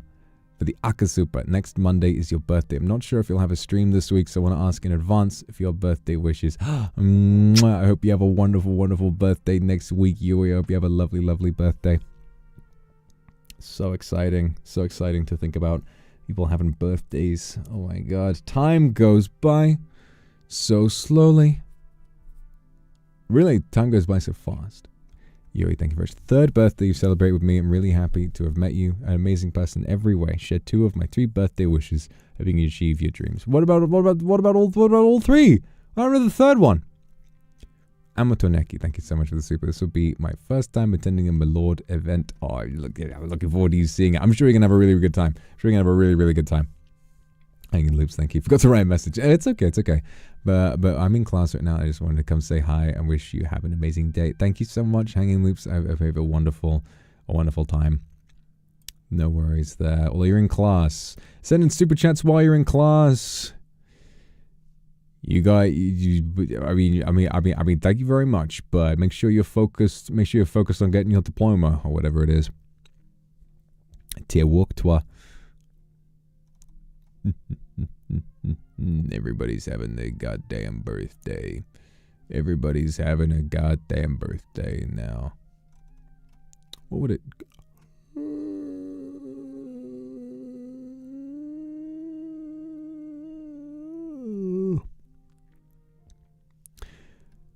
Yuri, thank you so much for the super. You're doing a rainbow? Oh my goodness, thank you. I've been working really hard lately. I thought I'd come over and be clingy. May I get a week's worth of lap rights this year? Offer you under desk support. Oh my god. Lap rights. Absolutely. Under desk support. How could I say no? Rui Doggy, thank you. Thanks for the lovely night with your voice and wish you a nice day. I wish you a nice day too. Thank you very, very much. And thank you. Went to a perfume exhibition. Ooh, put 3 gorilla head statues next to the perfume. That was your peak emotion. That's really, really sweet. That's really sweet. You wanted to help me smell better. You miss you. I love you. Oh, I missed you too. It's good to see you again. I love you too. And thank you very much for the rainbow. Don't worry. We can talk about all of that kind of stuff. Glad we can have some... Gonna need some fucking under desk support with everything going on. I'm fucking exhausted, but I am loving it. I am loving all the work I'm doing. It's very exciting stuff. Sora, thank you very much for the super. Took my puppet on a trip a few days ago. Took some pictures for him. Even introduced him to my mom. I'll continue to do this in the future. It's the sweetest thing ever, honestly. People, you want lap rights? Everybody can have lap rights. There's no worries there. Come on, everybody. Everybody come take a seat. Everybody come take a seat. Let me just pat you on the back and be like, hey, don't worry. Nothing to worry about. But it is really so sweet, like I was saying, that that the puppets have become like a way of people showing that they're kindred when they go places. And I love the difference, right? Because with the Vox Puppet, what you've got is people going on holiday, people going to dinners. The Vox Pape, like the real guy, like myself, is going to lovely dinners, and he's treating himself, and he is seeing the world, and he's doing all kinds of different things and wearing lovely outfits. The Sunny Pape is being abandoned in storm drains, and the Kyo Kaneko puppet, God rest his soul, is being placed into a blender and turned into a giant cloud of lint. So I'm glad personally that you all treat me like a house guest and not like a dog's chew toy. Really shows me that I've raised you well. Maureen, thank you for the super. Happy to see you again. Happy to see you too. Hope you're having a great day. I'm having a lovely, lovely, lovely, lovely day. Even better day now that I decided to come see you. You want to keep one wish for myself? Okay, sure. Okay, sure. Because if you tell people all your wishes, sometimes they won't come true. Fair enough. Fair enough. And Avis, thank you so much for the birthday wishes. Your Oshi can do what he enjoys and be happy all the time. I'm pretty close. I'm pretty close. So I will keep doing what I enjoy. With others having lap rights, you can have my lap rights. I don't want them. I don't want them. I don't want to sit on anybody's lap. Only person whose lap I'm sitting on is Santa Claus, out of principle. I would do that because I think it would look funny if I sat on Santa's lap. No one else will catch me sitting on their lap. You're going to sit on my lap. You're going to sit on my lap, and you're going to get yourself really, really comfy. You're going to put your arms around me, and I'm going to put my arms around you, and you're going to rest your head on my shoulder, and that is the end of the fucking conversation. We are not having this debate again, or I am turning this fucking car around, and we are going home! Alright? Ling Yan, thank you so much for the super. Welcome back. Love you. Haven't listened to English in a while.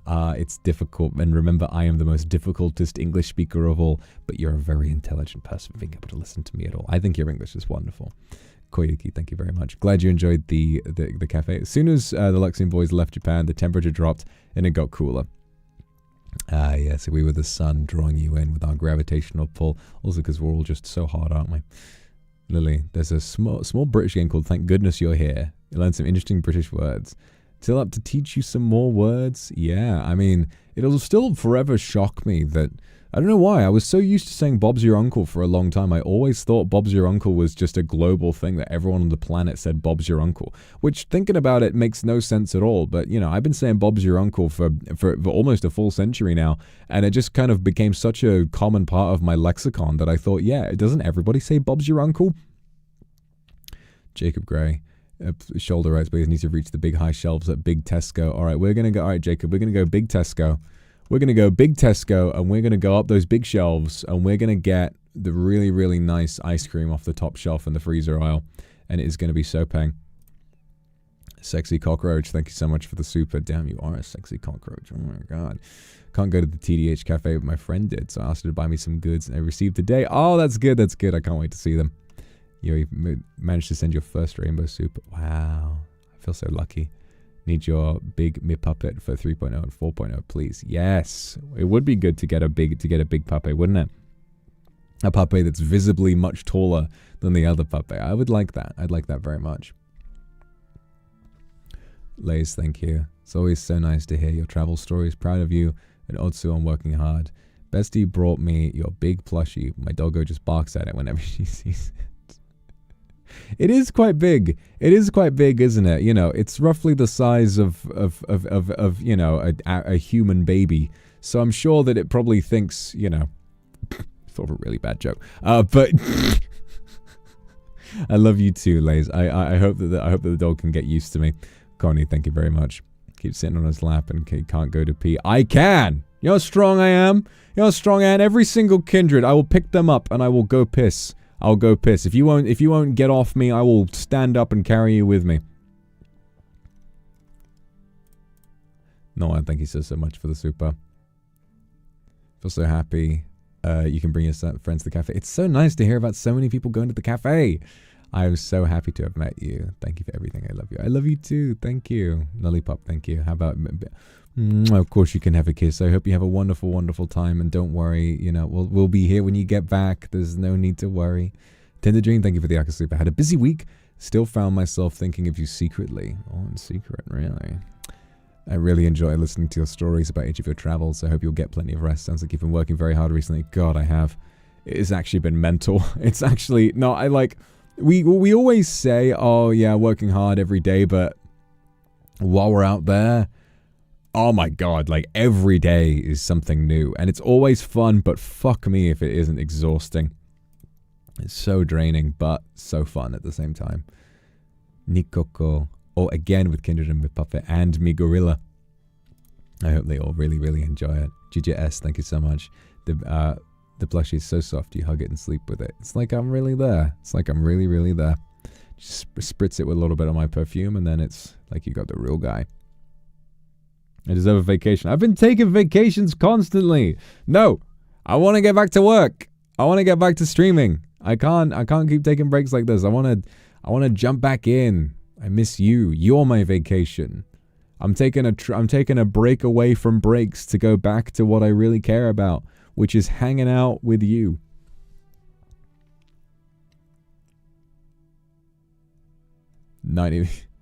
That's it. Yeah, every time it's like I go for a break, I will always be doing a lot of work while I'm away. Like, you know, remember when like start of the year I took a pretty decent hiatus. Pretty much that whole time I was working on the script and the ideas for my 3D. You know, I did rest a lot, to be fair. That was probably the most substantial rest I've had since I joined Niji back in 2021, if you can believe it.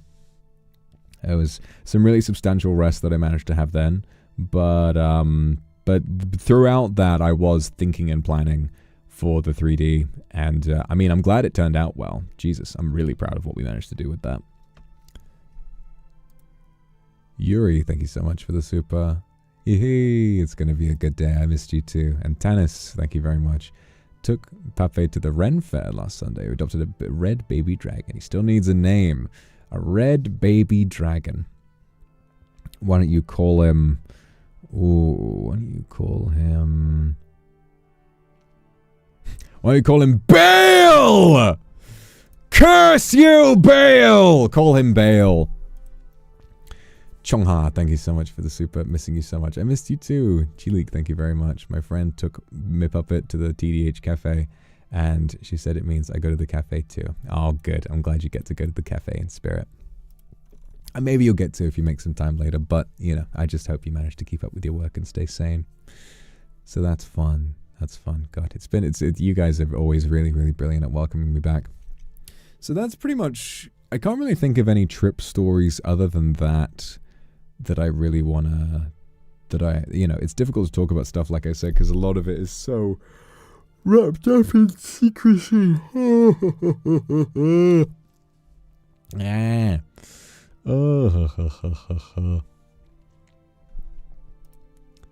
Jez, thank you very much. Like Oshi, like Kendra, because life has been so hectic and busy. Really happy to see you back, sending you a big kiss and a head pat. Thank you so much. Got to settle that sleep debt. Yeah, the old yeah, the sleep schedule. You got to fix it. The jet lag. I woke up what time? 5 a.m. this morning. Woke up 5 a.m.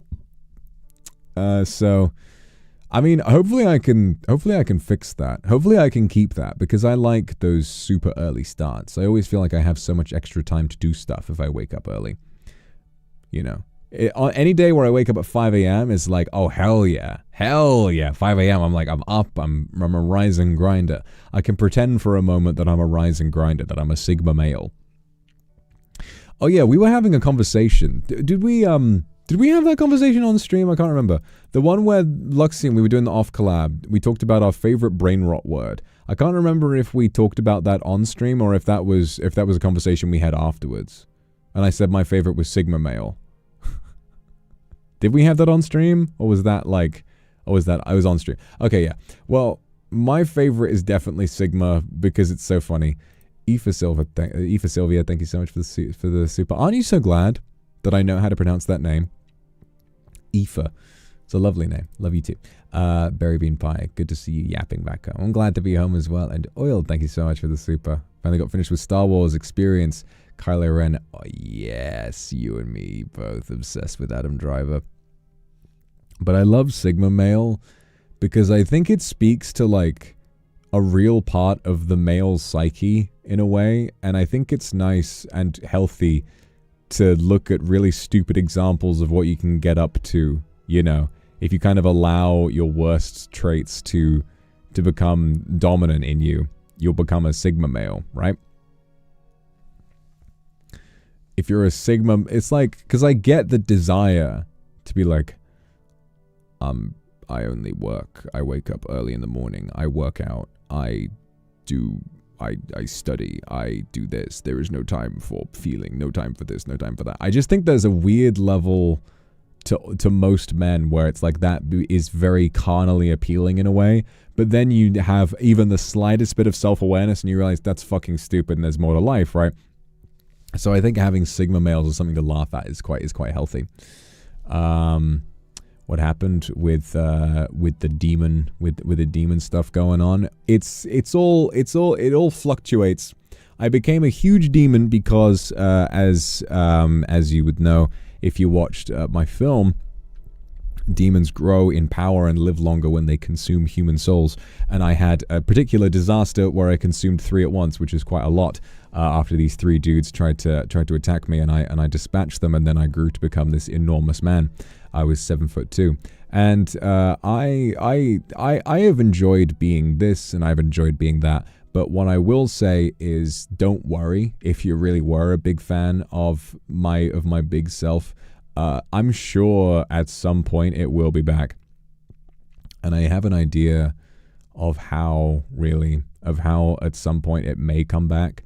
But obviously it's difficult to confirm. It'll either be back if, you know, if this little idea I have works out and if it's not too dangerous for me, or it'll either be like that, or if there's another accident. If I wind up inexplicably killing people in too quick succession again, then he will be back for a certain amount of time. It just depends. It varies wildly. It varies wildly on how long it sticks around. Someone who goes to bed at 8 a.m. really want to ask, are you a morning person? I'm very much a morning person. I'm a morning person. I've always enjoyed getting up early, and it's always made me happy. But ever since I was diagnosed with the old ADHD, and I was given medication for it, waking up early has been a lot easier and a lot more rewarding. Because the thing about my medication is that you have to take it before 9 a.m. or else it'll make it very difficult to sleep at nights, because it's a stimulant. It makes sure that you're awake and very kind of locked in. So if I have that before, you know, the thing is that it improves my quality of life so much that I'm very reliably and consistently waking up before at the very least before 9 a.m. pretty much every day now. It's kind of crazy how much it helps, you know, and it's crazy that I lived for so long without that for the longest time. But yeah, it's like you have that, and then whatever it is you need to focus on for the day, you will just be completely locked into it. There is no way. I remember talking with it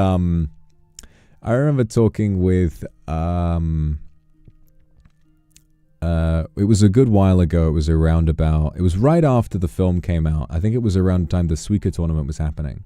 I was having a chat with Vivi and with Vivi Claude and with Kunai, God bless her, I'm going to miss her very much. We were having a chat about like the film, and they wanted to congratulate me on it.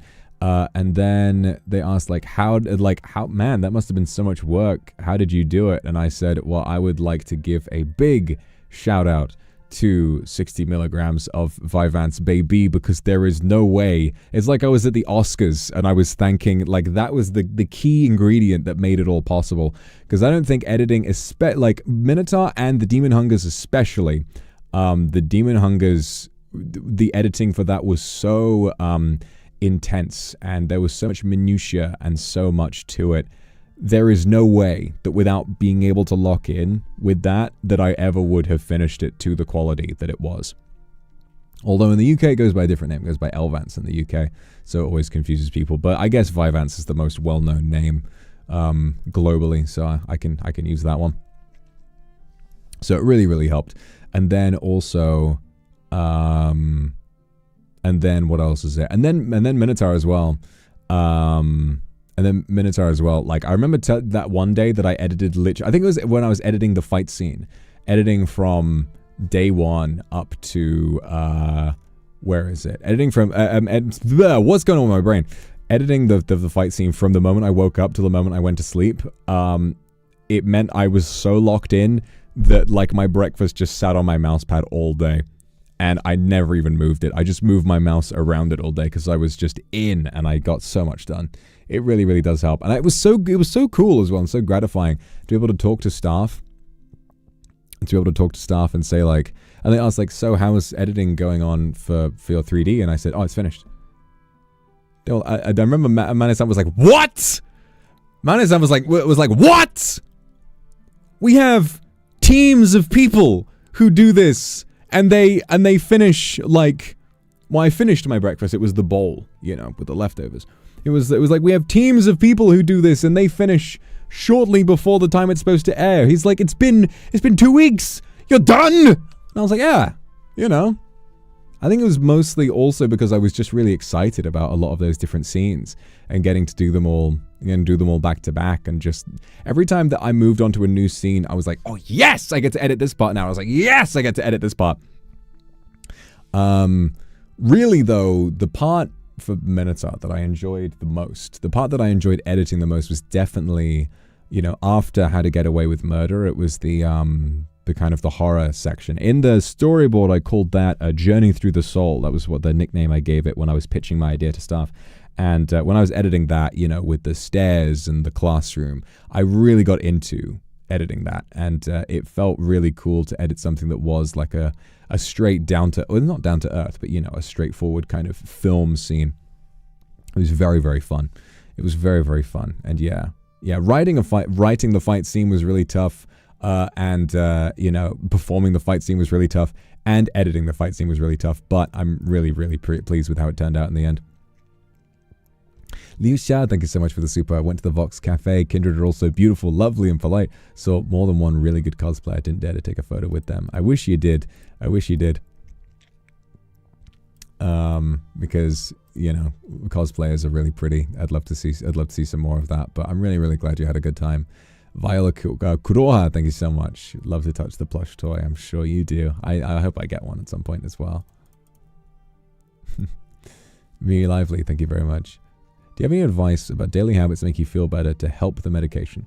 The main thing, yes, quickly in chat, yes. If you're in Japan or China, there is the until I believe, I'm not sure about the specific dates, but the different cafes are closing on different dates. But there is a cafe based on the film that I made last year, and you better go because the food is really good. But what am I talking about? Oh yes, the main thing: make sure you're eating. Because the thing about if you have a stimulant medication like I do, what it does is by stimulating the release of dopamine, it will make your body think that it is satisfied and full of food. So sometimes it can be really, really difficult to eat well, but you must eat well because it can have a pretty intense effect on your body. So the main thing that you've got to do is try and find food that you can eat while your appetite is low. So I like to have fried rice is really easy for me. Curry is really easy for me to eat while I'm on my medication. If my appetite is low, I can pastries I cannot do. Pastries like croissant, I don't tend to have croissant very often anymore because croissant I just cannot stomach it if my appetite is low. But curry and fried rice is really, really good, and you can make those plenty nutritious as well. So make sure you're eating, and also try your best not to let it become, you know, purely recreational, I guess, because the thing about it is there's nothing wrong with, you know, enjoying a video game while you've taken your meds, because the thing is, if you have ADHD, it makes it more difficult to enjoy your hobbies. It makes it far more difficult to enjoy your hobbies because one day, if you're really into fishing, for example, one day you might just suddenly find fishing uninteresting and you might go fishing and be absolutely bored stiff, and that's not even your fault. Whereas medication would make that easier. But the thing is, sometimes it can be easy to let it lock you in on something that you're not supposed to be locked in on. So one thing that I would really recommend would be to, if you've got work to do, make sure that you do that first and try really, really hard to get good at forcing yourself to stop doing the fun stuff and get back to work. Because like if I didn't have that level of self-control, you know, it would make it easy to play video games, you know, RuneScape, whatever, for like 12 hours in a day. And that was what that's what the start of this year was like for me. You know, when I wasn't streaming, I was literally playing RuneScape from 7 a.m. till 10 p.m. at night, going to sleep and then playing the game again. Not healthy, but I needed to relax at the time. So I kind of forgive myself for that. But still, the downfall of your academic career, I kind of feel you on that. You know, I've been doing YouTube for a long time, like even before I joined NIJISANJI, and there were quite a few times when I didn't really recognize why. I would just be locked in working so fucking hard, on videos and so hard on different ideas. And then suddenly it's like, oh, I don't care anymore. It's like you don't even choose. Something else comes into your life and it's like, oh shit, I don't care anymore. And you can't do it anymore. You don't even have that. You don't even have a choice. It sucks. It sucks balls. But the medication gives you the option. You know, you have control over that now and you can choose, which is pretty nice. So that's good. You know, so it's all about helping it work for you. The worst thing to do is to let it control you, because, you know, I think people talk about Adderall a lot in the RuneScape community because it kind of makes it a lot easier to focus on the grinds in the game. But it's very easy to become an Adderall. I mean, if you have ADHD and you get the right dosage from your psychiatrist, very, very, very, very unlikely that you would ever get addicted to it. You might run the risk of getting addicted if you started mixing it with caffeine a little too often, but you definitely shouldn't do that. I mean, like a tiny, tiny bit of caffeine is all right, you know, like a Coke or whatever it is, but you still got to be careful. But as long as you take it as prescribed, it's incredibly unlikely that you would become addicted to it. But because I believe maybe it's in America or in some American states, Adderall is like over-the-counter medication. Like you don't even need a prescription to get Adderall. And so a lot of people will wind up having Adderall when they don't have ADHD. And this can very quickly lead to just becoming an Adderall-addicted zombie. You know, is it not? I could have sworn I heard that it was. But it's also true that a lot of people will get... It's also true that a lot of people will be able to get Adderall through, or really any sort of stimulant medication, they'll be able to get it through illicit means. You know, I understand that a lot of students will find a way of buying it because it's like an all-nighter drug. You know, it helps you not fall asleep. So, you know, if you need to finish an assignment, you know, you take it at night and then you are awake and you can finish your assignment. But obviously, if it's not prescribed for you, it's very, very dangerous. Because you need to know what the right dosage is. You have to titrate and work the dosage up over time and stuff like that. So the main thing to bear in mind is to just be careful and make sure that you don't allow it to control your life. Because, yeah, if I allowed it to control my life, I would just have it every day and play RuneScape nonstop and let everything in my life slip. But I can't afford to do that because I love my job and I love you too much. So for me, it's a tool that helps me live my life and do things in the right way and not lose control of myself. And then when I have spare time, it makes my hobbies much more easy to enjoy. Because there's nothing worse than playing a game like RuneScape, which is my favorite game of all time by far. Playing a game like that and then just kind of, you know, listlessly not knowing what to do in the game. You just kind of walk around being like, oh, I can't think of what to do. And then you don't even play it. You know, it's a nightmare, but I don't have to worry about that anymore. It's nice. I say it so smoothly. I know, baby, don't I? So that's fun. That's really, really fun. And yeah, all I've got to do now is just enjoy the time that I've got with you and enjoy spending time doing the things that I love to do and working hard on stuff in my spare time. It's very difficult, I'll be honest. It's very, very, very difficult not to talk about what I have planned at the moment because I have spent so many hundreds of hours planning it and refining it and doing everything to do with it, that it kind of does take up so much mental real estate that it's kind of where my brain defaults to a lot of the time. But yeah, no spoilers. Don't worry, no spoilers. But I'm very excited about the potential to get to do something really cool. How do you deal with the fatigue? You shouldn't get too fatigued if you have a dosage that is right for you. So when I was first diagnosed, I tried a few different medications. At one point, so I had Elvance from the beginning, and it worked very, very well for me. However, at one point, there was actually a shortage of it in the UK, and they didn't have any anymore. And so my psychiatrist prescribed me methylphenidate, which is like Ritalin. And that worked kind of well. But initially, he prescribed me 30 milligrams every like 4 hours or so. And that I found was way, way, way too much for me. There was some times when I would take that and I'm like, who am I? You know, it's like it kind of overpowered the ADHD and turned me into a total zombie while I was taking Ritalin like that. And I remember some days where it was like, I couldn't even, I don't know, like that was way too much for me. Thankfully, I was able to bring it back down to 20 and that was a little better, but and that made me feel some fatigue, but nothing made me feel fatigued like the 30 milligrams like that. While I was on it, it was like I'm sat in my chair playing a video game and I'm like, I cannot move. I felt nauseous. I was like, you know, I had to constantly look at the screen, or else if I looked away, I'd feel like I was about to throw up. Like it was a nightmare. But then after that, you know, 20 milligrams is okay. And then back on Elvance, I do not experience much fatigue, if any at all. Really, when it wears off, it should be around the end of the day and you should take the fatigue as well. Time to stop working and just kind of go back to what it is I enjoy doing. You know, work on some hobbies, relax, make yourself some dinner. You know, I don't get fatigued per se, but the come down is definitely, oh, I've done my work for the day and now I'm relaxed.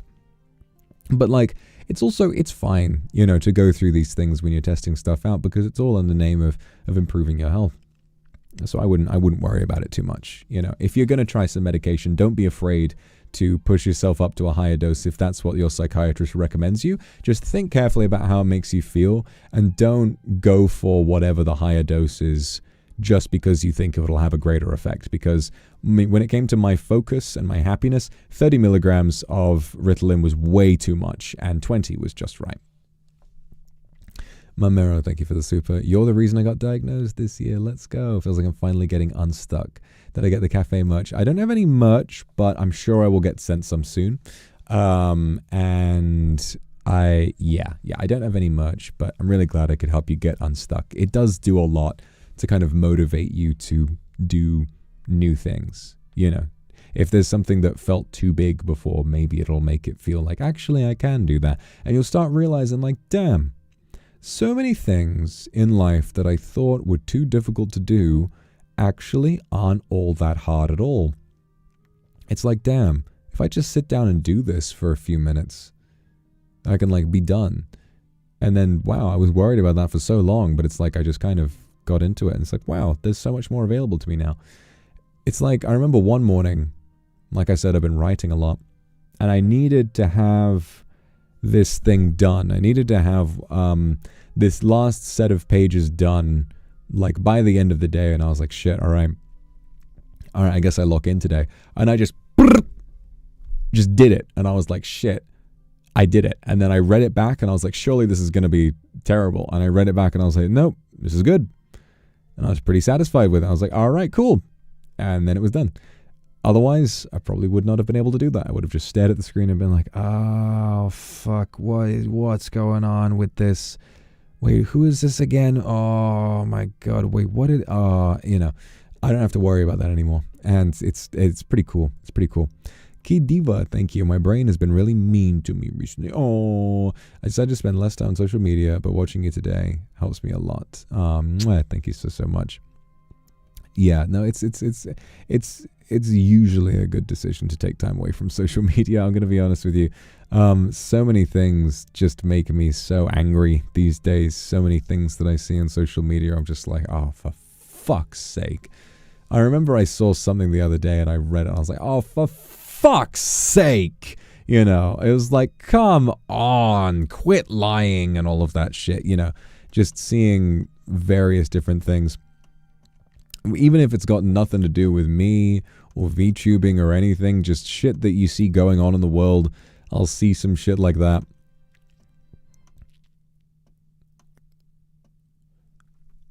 I'll see some shit like that and I'll be like, but there's only so much that you can do. You know, the best thing to do with social media, like I've said 1,000 times, remember, just do good in your own way. Do good in your own way, and you will give to the world something that eventually will undo a lot of the bad that there is. It's so easy to be depressed. It's so easy to get angry at everything that happens, but I don't want you to worry about things that are completely, you're powerless to stop. Do what you can do, but otherwise remember that it's the people in their high towers who make the decisions that affect everything. And, you know, it's kind of cruel to expect yourself to be able to change anything other than the little things that you have the power to change. The little things that you do will make a difference as long as you keep your corner of the universe tidy, and as long as you do the little things that make you feel happy and well about yourself.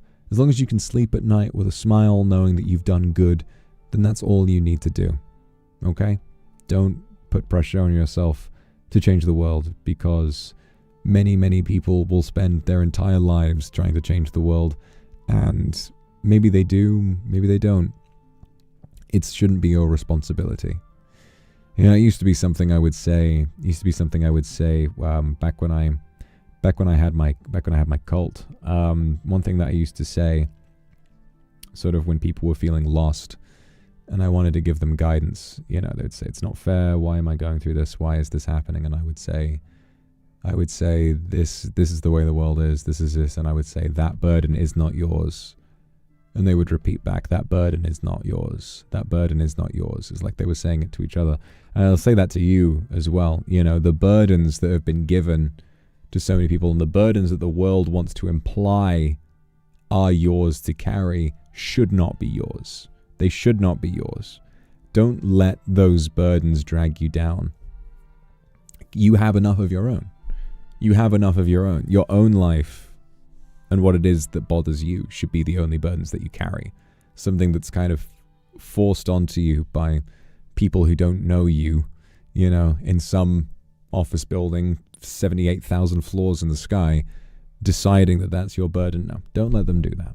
They don't get to do that to you. And yeah, you don't have a choice. You don't have a choice for how that works. But, you know, the other thing is that, well, as someone who's aware of there being an afterlife, it was my intention to help people understand that your burdens right now, as you are, you know, of flesh and bone, being a real person who needs to eat, drink, sleep, procreate, all of that, the burdens you carry now will not follow you after death. So I think I just wanted people to feel a little bit more comfort like that. Foxy Burry, thank you so much for the super. Recently got scheduled to see a psychiatrist sometime in December, which is really nice. Because of you and some kindred, I've become more aware that I might have ADHD or autism. So grateful for that. It's crazy how many people have it. It's crazy how many people have something going on. Do you know what I've realized? Recently, when it comes to people that I know in life? I think that I am an actual magnet for autism. In recent months, so many people that I have known for years have come to me and said, "You know, I think I have autism." Fucking everybody. Entire groups of friends, like entire friend circles that I'm a part of, all of them individually wind up bringing up, "Oh yeah, I think I'm probably autistic." And I'm like, what the fuck is happening? I'm like, what the fuck is happening? Like, half my friends from my hometown are like, yeah, you know, to be honest with you, I think I've probably got autism. And then I think, well, I don't know about this, but like, I'm fairly sure, maybe I'm like, you know, diagnosing right now, but I'm fairly sure my uni roommates all also had autism of some kind or ADHD of some kind. It's funny because I don't know that many people with ADHD. I don't know that many people with ADHD, but I know a lot of people with autism, you know? It's really funny. It's really funny to think about that, but, you know, it's just, and then they'll tell you a story. They'll tell you a story of how they figured it out, and I'm like, yeah. Sounds like it to me, you know. This is really funny, all right? This is really funny. Because if there's one thing that you have when you realize that something like this is true about yourself and you get diagnosed with whatever it is it's really nice to be able to have a bit of a sense of humor about it. So I was chatting with one of my buddies who is fairly certain that he's got autism, and he said, yeah, so this is him talking, right? He said he went and he spoke to his mum, and he said, Mum, I think, to be honest with you, I think I've got autism. And she says, no. There's no way you could have autism. No, not at all. And he was like, well, you really think so? And she said, yeah, I'll tell you right. So I know there's no way you could possibly be autistic. You know why that is? And he was like, why is that? And she said, well, when you were a little boy, what you used to do is that when there were a group of kids playing and you wanted to go and join in, you would just stand nearby and pretend that you were the cameraman. And he looks at his mum and he says, Mum, that's the most autistic thing I've ever heard a person try to do in their lives. Why would you think that means I don't have it? And she went, oh, yeah. It's just funny, you know. It's just funny to be able to have like a really hilarious dialogue about that kind of stuff. Because I don't know. I feel like conversations like that and sort of perceptions like that, I really think that they just sort of help the whole thing feel a lot less scary. I think a lot of people are scared of admitting or kind of embracing thinking about, do I have this? Do I have that? End of the day, it doesn't matter, you know, in terms of what other people think of you. What does matter is how are you going to live your life? You know, how are you going to go through each day and manage this thing that you may or may not have? And I know a lot of people kind of choose, are fairly certain they have it, but they don't, it doesn't change anything about their life. They don't go around telling everyone, oh yeah, by the way, I'm autistic. It's just kind of something they're aware of, and they, you know, don't really, and they don't even really need to go and get a diagnosis. All they really do is just say, well, I've probably got it, but it doesn't really change anything about them. It's just something that they're aware of. And really for you, if you have that same sort of, you know, if you suspect that about yourself, then I don't think there's much to worry about. You can go through it in whatever way you want. If you want to get professional diagnosis, you can. The main thing is that if you're not professionally diagnosed, don't go around telling everyone, hey, I have a thing, because you don't actually know. But if it makes a slight change to your life and you're thinking, well, I've probably got this thing, but you don't really feel the need to change your life massively if things are going okay, then that's fine too. Just don't be one of those fucking people. Just don't be one of those fucking people who makes a TikTok about autism being a huge part of their personality, but they've never been diagnosed. And then they go to try and get diagnosed and they're told you do not have autism, and their entire fucking world falls apart. It's just a really bad thing to do, you know? Don't make assumptions. Just live your life in whatever way is comfortable for you. And if going and getting professional help makes that easier, go and do it. But if not, if you think, oh, I've probably got autism, but it doesn't really change much about, you know, if you can still function well, if you still have fun, enjoy your life, there's no real need to go and do anything, really. It's up to you. Combination of ADHD and autism. The thing is that a lot of the traits of those two things overlap quite a lot, you know? It's pretty interesting how they overlap a lot. Like, I always think about how an autistic, they present themselves in very different ways, but it's a similar dialogue that you have about them, like how a person with ADHD will have a sort of a hyperfixation, and then a person with autism might have a special interest, quote unquote.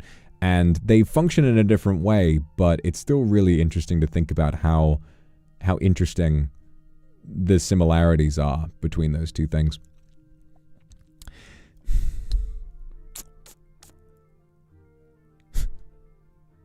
You know, maybe this is controversial to say, but I'm kind of not fond of the word neurodivergent.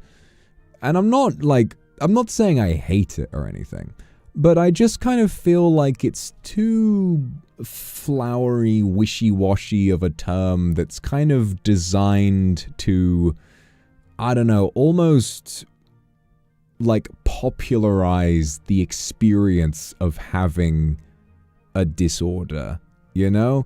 Something about that doesn't really sit right with me, where it's like, you know, I don't feel as though there should be an ADHD community. You know what I mean? Like when I say the ADHD, I'm like, why are you categorizing and getting into a community based on a disorder that you have? You know? It's a medical term? Oh, that's interesting. I didn't know, because my exposure to it is purely through social media, and maybe I'm wrong about that, but it feels very much like a trend to me. I'm not saying I'm offended by it. You can say that whenever you like. Like I'm not the kind of person who'll be like, don't say this, don't say that, blah blah blah blah blah. If you enjoy that term, you go for it. But I think, I don't know. I don't really just call it what it is. It's ADHD disorder, because it is, you know. And yes, it can make you quirky, and it can do some things that are funny and also help you with some things. But most of the time, it's a fucking nightmare to live with. It's an absolute fucking nightmare to live with. And I kind of don't enjoy the idea that we're turning it into something to be a part of a person's identity. You know, the more that you encourage someone to make that a part of their identity, the less that you will try to cope with it. You know, you'll almost kind of become attached to the symptoms of that and identify with them, and you're probably not going to be so good at managing them anymore, right? Like, should I tell you something that happened? Should I tell you something really funny that happened? Mostly because I was tired, but also because my disorder makes me prone to forgetting shit. I needed to get a train while I was coming home from Japan over the past couple of days. And I went to the train station and I relaxed and I had some food. And then I went and got on the train, and I was 40 minutes out before I realized I had left my entire suitcase at the train station. And it does not have a lock on it. I just left it on the I just got on the train, and it took me 40 minutes to realize that I had left it there. And so that train ticket, down the drain, gone. All of that money disappeared. Have to buy two more, one to go back to get it, and one to rotate around and then go back where I was going before, right? Fucking disaster. Absolute fucking tragedy. And also in the time it takes me to come back, someone could have come along and just grabbed it and said, this is my suitcase, and off they could have gone. Thankfully, they put it back in the lost and found, and I went and got it, and we had a good laugh about it. But I sat there and I thought about it. Something similar happened earlier this year. Yes, this is a regular occurrence for me because I have a disorder, and I don't enjoy the fact that for some people, they may see, the ADHD community and see people sharing stories of, I keep forgetting stuff, and they'll almost think, I need to forget stuff all the time because that'll make me a part of the community. And something about that doesn't really sit right with me. This thing I have helps me be creative sometimes, but 90% of the time it's a fucking pain in my ass. So for me, I think that the most important thing to do is to remember that, it's really nice to get to talk to people about a shared experience, about something that you both suffer with, and to feel as though you can relate to people with that. I think that's a really important thing. But I guess maybe I'm just seeing so much of the TikTok side of things. So much of the, girl who says, oh, my ADHD kicked in, and she starts playing with fucking light beams in the air. I'm like, shut the fuck up. Sorry, my ADHD kicked in and I started like, oh, wow, look at the dust in the air. Why was the camera on? Why the fuck was the camera on? Jesus, it's just... The most important thing, yes, is talking to people. And I'm not saying that, like, you should base your experience around what I think. This is just kind of the way I see it. And maybe it's been poisoned by TikTok and all of the social media appreciation for it and all of that.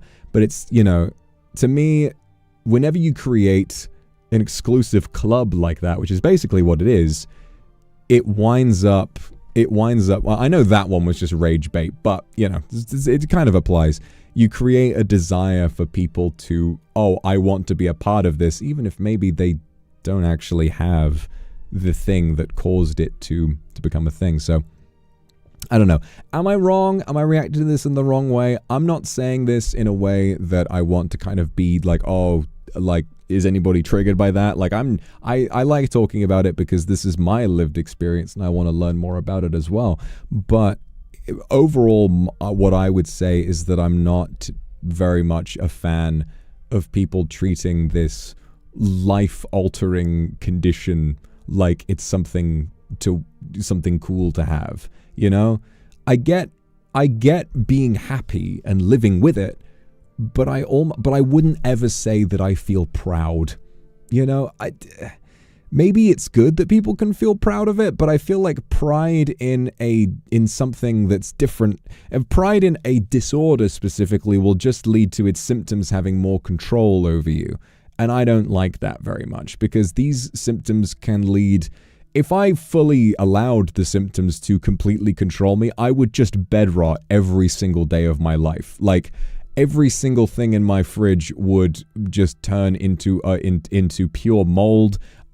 Everything would fall apart, bills would come in through the door, and I would never remember to pay my taxes, and I would go to fucking jail for tax evasion, and that would just be my life, So, I guess, but the thing is, like, everyone has a different experience, and if you feel happy having a sense of pride in it, right, TikTok calls it a character arc. I was thinking this earlier. Real people don't have arcs. People just grow over time. There are no arcs. People just kind of move on. If you are brought happiness by feeling proud of that, then that's good. I would just say to be careful. Be careful of how you may allow those things to affect you more than they already do, because that's the last thing. That's the last thing we need. Don't let it define you, and remember that you are so much more complicated and wonderful and brilliant and interesting and deep and complex than any one characteristic about you will ever make you, no one characteristic about you will ever define who you are.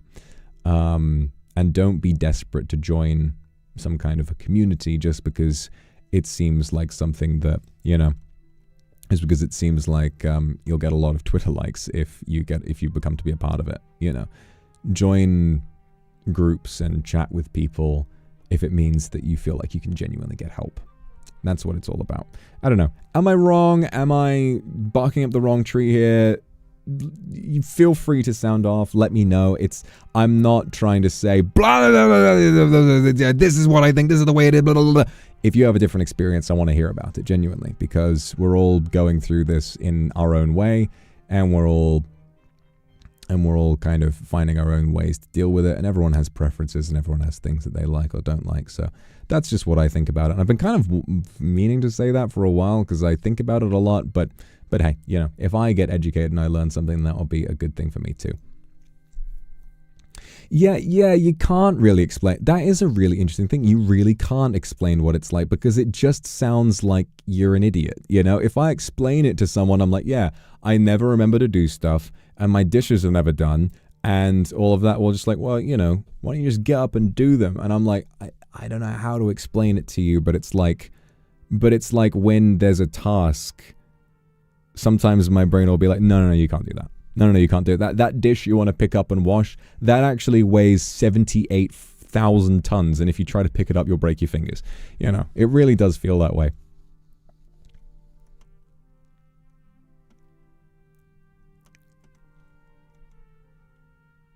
Pinkalicious Bunny, thank you so much for the super. Oh, it's Iceland. Iceland is so exciting. Iceland is so exciting. I'm really, really glad you liked it. Also, Robin Bird, thank you for the super. Good to see you again. While you're on break, found out you were trans. And it's, funnily enough, you're one of my gender awakenings. That's really, really cool. I hope that your journey is a fantastic one, and I hope that you find some really cool people who can, you know, who can guide you through that. And I hope that everyone in your life accepts who you are and makes you feel valid for that. It's a difficult thing to go through, a difficult thing to realize, but also may just be the start of a, you know, really exciting change for you. So I hope that it's something that makes you very, very happy. You know you have to do it, but you literally can't. It's so crazy because it sounds made up. It sounds made up, you know? But, you know, you look at something and it's like, that's impossible. I can't do that. It's literally the feeling of standing at the bottom of a mountain with no ropes. I'm just looking up, I'm like, what the fuck do you want me to do about that? But it's a dish. That's it. You know, it's just incorrectly judging how difficult certain things are to do. And then it's very easy for stress to hit you. And then when stress hits, it's like, all right, just sit down and don't do anything. I'm like, okay. Sunny, thank you. Reminds me of how far I've gone. I'm proud of you too. I'm proud of you too. Johnny, feel proud of it in a way because I've been torn down by enough people because of it. Spite is a hell of a motivator. And that's good. That's good. I really like that. And I think autism especially, I think a lot of people get pretty horrendously bullied, especially when you're young, you know, because those behaviors kind of show themselves really outwardly sometimes. And it can be easy for people to bully you for it. But having pride in it, I think, is a really good thing. I think it's a really good thing if that's something that makes you happy. He told me earlier this year, I made a 2024 goal to get yourself diagnosed. Every doctor I've spoken to about your concern just dismisses it. I would recommend what I did was I went to Google and I found literally a doctor that specializes in ADHD, and I went right to it. And, you know, you've just got to kind of force the issue and say, hey, this is really badly affecting my life and I feel as though I need to be diagnosed. I'm sorry you've been having trouble, but, you know, the main thing is to keep at it, you know, because if someone rejects the idea that you know, that it's a problem for you, then it's your responsibility to keep pushing. You, Bo, just got home from class. What did you miss? We're having a discussion. Having a discussion about being neurodivergent. I've said that I find that term a little annoying, but other people are having different opinions, and overall it's very interesting. I'm having a nice time. Sadi Sato, got your wisdom teeth removed. Oh, happy to see you too. I hope that wasn't too painful for you. So yeah, you know, that's just kind of my experience of it, is that it's like, I am me, right? I am who I am. I'm a guy, and there are lots of things about me that make me who I am. I happen to have a thing that makes it difficult to remember stuff and that makes it difficult to do various tasks. And I take medication to make that problem easier for me. That has never changed or affected who I am as a person. And for me personally, I wouldn't want to go to everyone in my life and say, hi guys, by the way, just so you know, I have this thing. So like, you know, like I have this. If it's going to be a pressing issue for the task at hand, it may bear worth mentioning.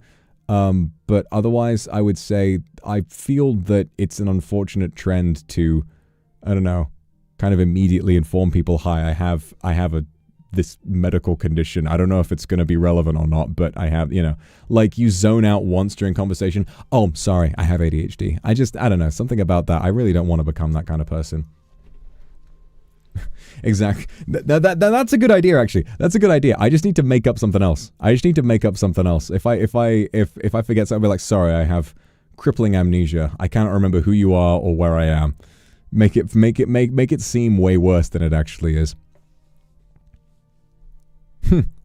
It does depend on the crowd. You know, at the end of the day, that's my life that I'm describing, and your life is inevitably going to be different. Can I call you daddy? Absolutely you can. You kidding me? Little Luna, thank you so much for the super. Being diagnosed with dyslexia, all of a sudden everything made sense. That's what the experience is like. I hope that really helped. I hope your diagnosis helps you. Showed my mom your diagnosis stream, said this would explain a lot about your dad and I. Maybe we had it too. That makes a lot of sense. That makes a lot of sense. A lot of people get diagnosed, you know, like I did. A lot of people get diagnosed very, very late in life. A lot of people go through a whole life doing tons of work and struggling, and they never realize, oh, there was this thing there this whole time that you never knew about. It's really crazy. Oh, God, I was going to say something. I've completely forgotten what it was. Oh, shit, I hate when that happens. Sorry, the cursed amulet is getting a little crazy. Can I call you mommy? Yes, absolutely, you can. Oh, God, I was going to say something. Oh, yeah, it's like, you know, like me. 400 years on this earth doing all kinds of stuff, and then I take a test and it says, okay, we're here to inform you that according to the test that you took, your attentiveness, or I can't remember which one it was. It was either attentiveness or concentration or one. It was like, you have unfortunately, they said you sort of registered below the scale. A score for attentiveness this low should not actually be possible. Somehow you have broken the test because your attentiveness is that low. It was the lowest they had ever seen. Like, I am especially bad when it comes to that kind of thing. So that's funny. But then after that, it's like, well, yeah, I still have a job to do. I've just got to get on with my life and find a way of doing it in a better way. So yeah, that's just my onion on it. That's just my onion on the situation. That's my onion on how I feel about that part of my life. But you're welcome to feel about it however it would be that you experience that, you know? However it would be that, whatever it is that makes you happy, you go for it, all right? Who needs a functioning brain when you can zone out at all times? I would say don't encourage yourself to zone out 24/7 because you will miss things. Lots of very interesting things happen in the world around you, and if you cannot pay attention to them, you may miss some very interesting things. If you're a creative type, remember that lots of inspiration can be found in the world rather than just exclusively inside your own head. Your own head actually comes to creative conclusions about things because of experiences that you've had in the real world. You know, sometimes I have no choice. I don't even notice myself saying it. Somebody talking about something and suddenly I'll just realize, oh shit, they've been talking for 25 minutes and I haven't absorbed a word of it. I don't like that. Oh no, don't worry. I'm not calling you out. I'm just chatting shit. Don't worry about it. No, honestly, don't feel bad. But like for me, it's really embarrassing. I hate it when it happens. I have to be like, I'm genuinely, mate, I'm so sorry. I completely, didn't hear any of that. Can you repeat that again? That's an awful thing to have to ask somebody, you know, especially if it's a serious conversation. Like that's a point where it would be better worth bringing up. But, you know, it's just kind of a nightmare. But anyway, I've had enough talking about that. That's my onion on it. That's my onion and how I feel about it. But yeah, what else is going on? So I don't know if I will do a schedule for this week. I might do, I might not. All I know is tomorrow we're going to do, check the live tag. Tomorrow what we're going to do is play RuneScape because it's been a while and I have missed it. I have missed it very much. And we, after that, are going to do something else. I'm going to think of something to do. We're going to think of something to do this week. I'm going to kind of, each day, what I'm going to do while I kind of get myself back into the swing of things, I'm going to like slowly like get used to what I'm doing. And I'm gonna, what the fuck am I trying to say? Basically, I'm gonna get used to streaming. Gonna do streams that are fun, that I like to do. Mainly because I just want to spend a lot of time with you in a way that I consistently and reliably know that I'm gonna be able to do on each day that it comes. Because one of the worst things for me is making a schedule and being like, yeah, I can do this. I'm looking forward to it. And then on the day, I'm like, fuck, I don't know if I can do this. And it just makes me feel really embarrassed. Like I told people to be here and then the thing's not going to happen. But yeah, it's pretty funny. But anyway, that... Thank you, Andrew, for telling me to check the live tag. Ran into the username Hamstrokers Ejacula. For a brief moment, the world was captivatingly brilliant. Just beautiful. Just beautiful stuff. Just beautiful. Let me check my bookmarks. Is there anything funny that I've saved recently?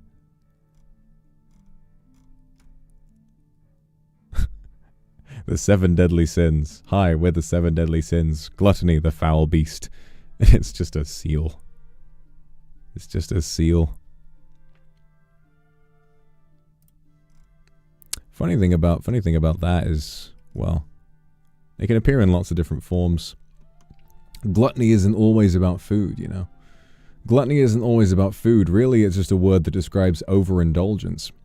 You know, I once knew a guy who everyone kind of referred to as gluttony, and he was not a very fat guy. He, in fact, was a gambling addict.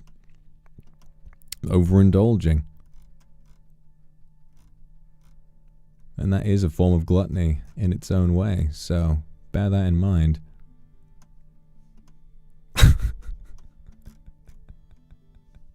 I love this one. I love this one. Please don't play sound. Please don't play sound. It's like the Batman character AI. It's like the Batman character AI, and he's like, Joker, I'm gonna stop you. And he's like, say goodbye to your precious city, Batman. Tomorrow the entirety of Gotham will be covered in fear gas, and you cannot stop me. And then Batman character AI says, maybe I should kill myself. And Joker says, no, don't do that. It's like the Joker genuinely cares for Batman, and when all schemes are said and done, like if Batman gets a little too overwhelmed by something, he's like, oh shit, Batman, I'm gonna help. Don't worry, Batman, I got you. Zally, welcome to the stream. Welcome to the stream. Good to have you back. Good to have you back, buddy. How you doing? Kendra, thank you so much. Mad God, a little disturbing, but loved by Del Toro. I should definitely check that out. Reed Doggy, thank you so much for the super. Yeah, it was lovely to see you today. Lovely to see everybody. DDO, thank you very much. It feels like a TED talk. I just like to share my onion. I like to yap. I like to chit chat. I like to bip bap. I like to boop it about bap boo. I like to chat about all kinds of different things. And it's nice that people will listen to me no matter what I say. You know, I think it's pretty damn cool. Doing good. Hope you have a great stream. I have been having a pretty lovely stream. Thank you, Zally. It's hard not to read that in your voice. Hi, doing good. Hope you have a good stream. I don't know. Is Zally not modded? He is now. Add as moderator.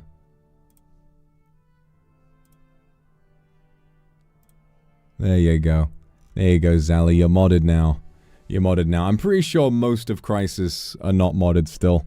Pretty sure I've definitely not modded Vanta.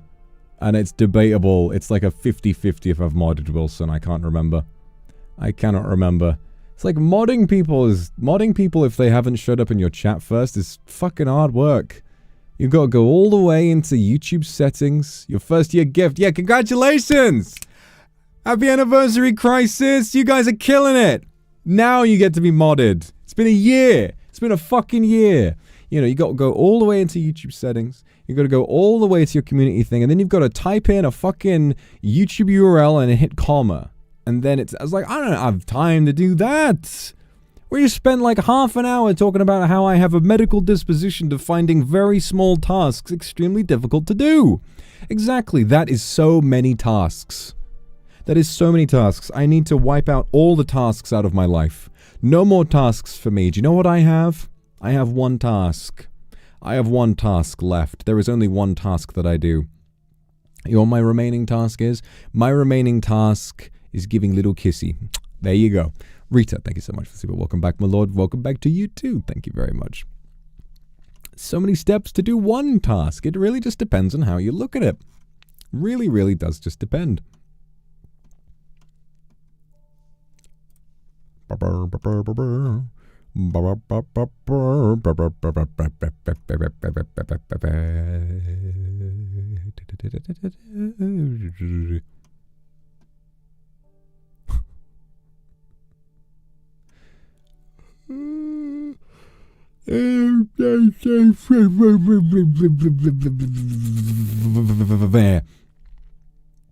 All right, fellas. I think that is going to do it for me for today. I'm getting a little sleepy now, and I want to make sure that I rest well and I eat well. Pat, pat, monkey, George. Of course you can, pat, pat. Because he's curious. Curious George.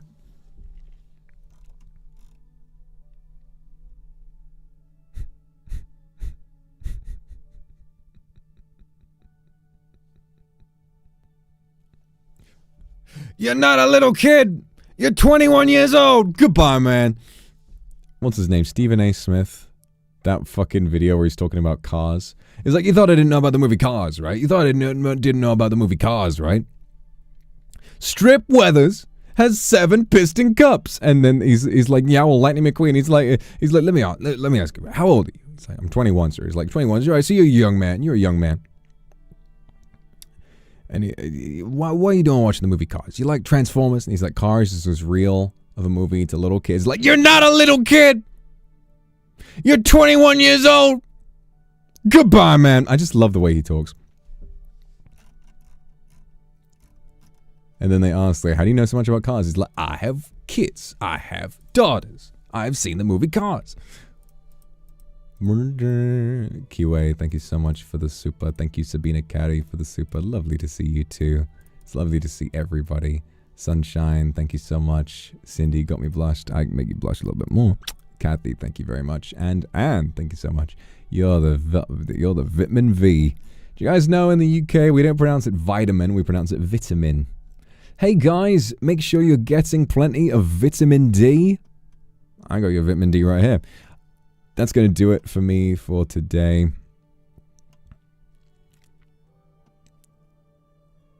That's going to do it for me for today. So I am going to chill out. I'm going to try and get plenty of rest. And tomorrow, we're going to have a nice, long stream where we play some RuneScape and check out that new update. There's a new like, outdoor boss, big snake guy. There's a herb lore activity. There's, like, fletching going on. Or fletching's the next one. There's herb lore, new quests. It's going to be fun. Ling Yan, thank you. And Tennis World Hut, thank you. Bill! Thank you so much. And Yudedo, thank you so much. I'm late. I'm afraid you are. We are wrapping stream now, but it was lovely to see you at the end of it. Okay. Thank you all. I love you so much. And I'm glad to be back. And we're going to have some fun streams together. So I'll see you around. Love you guys. All right. See you around.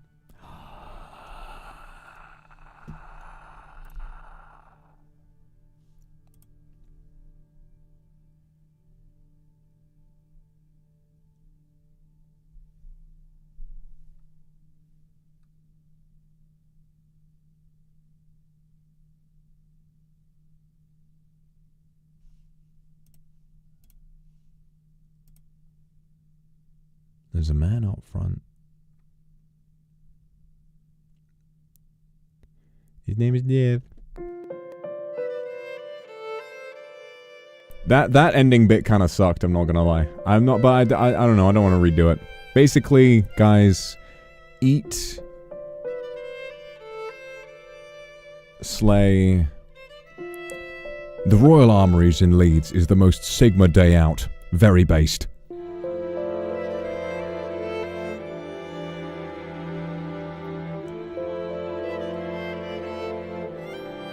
This armor is giving main character energy. Pop off, Queen.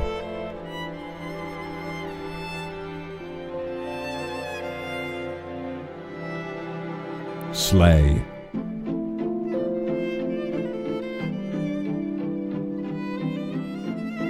I love that video of that old man doing the ad for the Royal Armoury in Leeds, because you can tell, even though he's reading, like, you know, Sigma male GAT terminology, like, he's clearly still so excited to be sharing an area of his passion with the youth. And I think that that's a really cool thing we should encourage.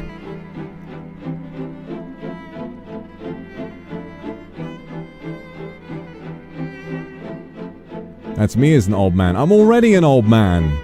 I've been old this whole time. I'm at least, at bare minimum, quadruple the age of the oldest member of your family. Probably 5 times the age of the oldest member of your family if you really think about it. 403, that's a vague estimate. That's a very vague estimate. I'm definitely older than that. Definitely at least like 450, 470, something like that. You know, it's just been going for a while, and there's also a lot, you know, that I don't really remember. But one day I'm sure I'll have a definitive age. I don't know. I'm gonna need to have a dialogue with my fucking parents, but they won't even tell me what my real name is. They won't tell me what my real name is. I've been going by my fucking Batman name this whole time, and that's the only name that I've got. So it's, you know, but it's difficult. Anyway, listen, I love you, and you love me, and we're a happy family. I'm Barney the Purple Dinosaur, and I'm gonna go jerk my little ding dong. See ya.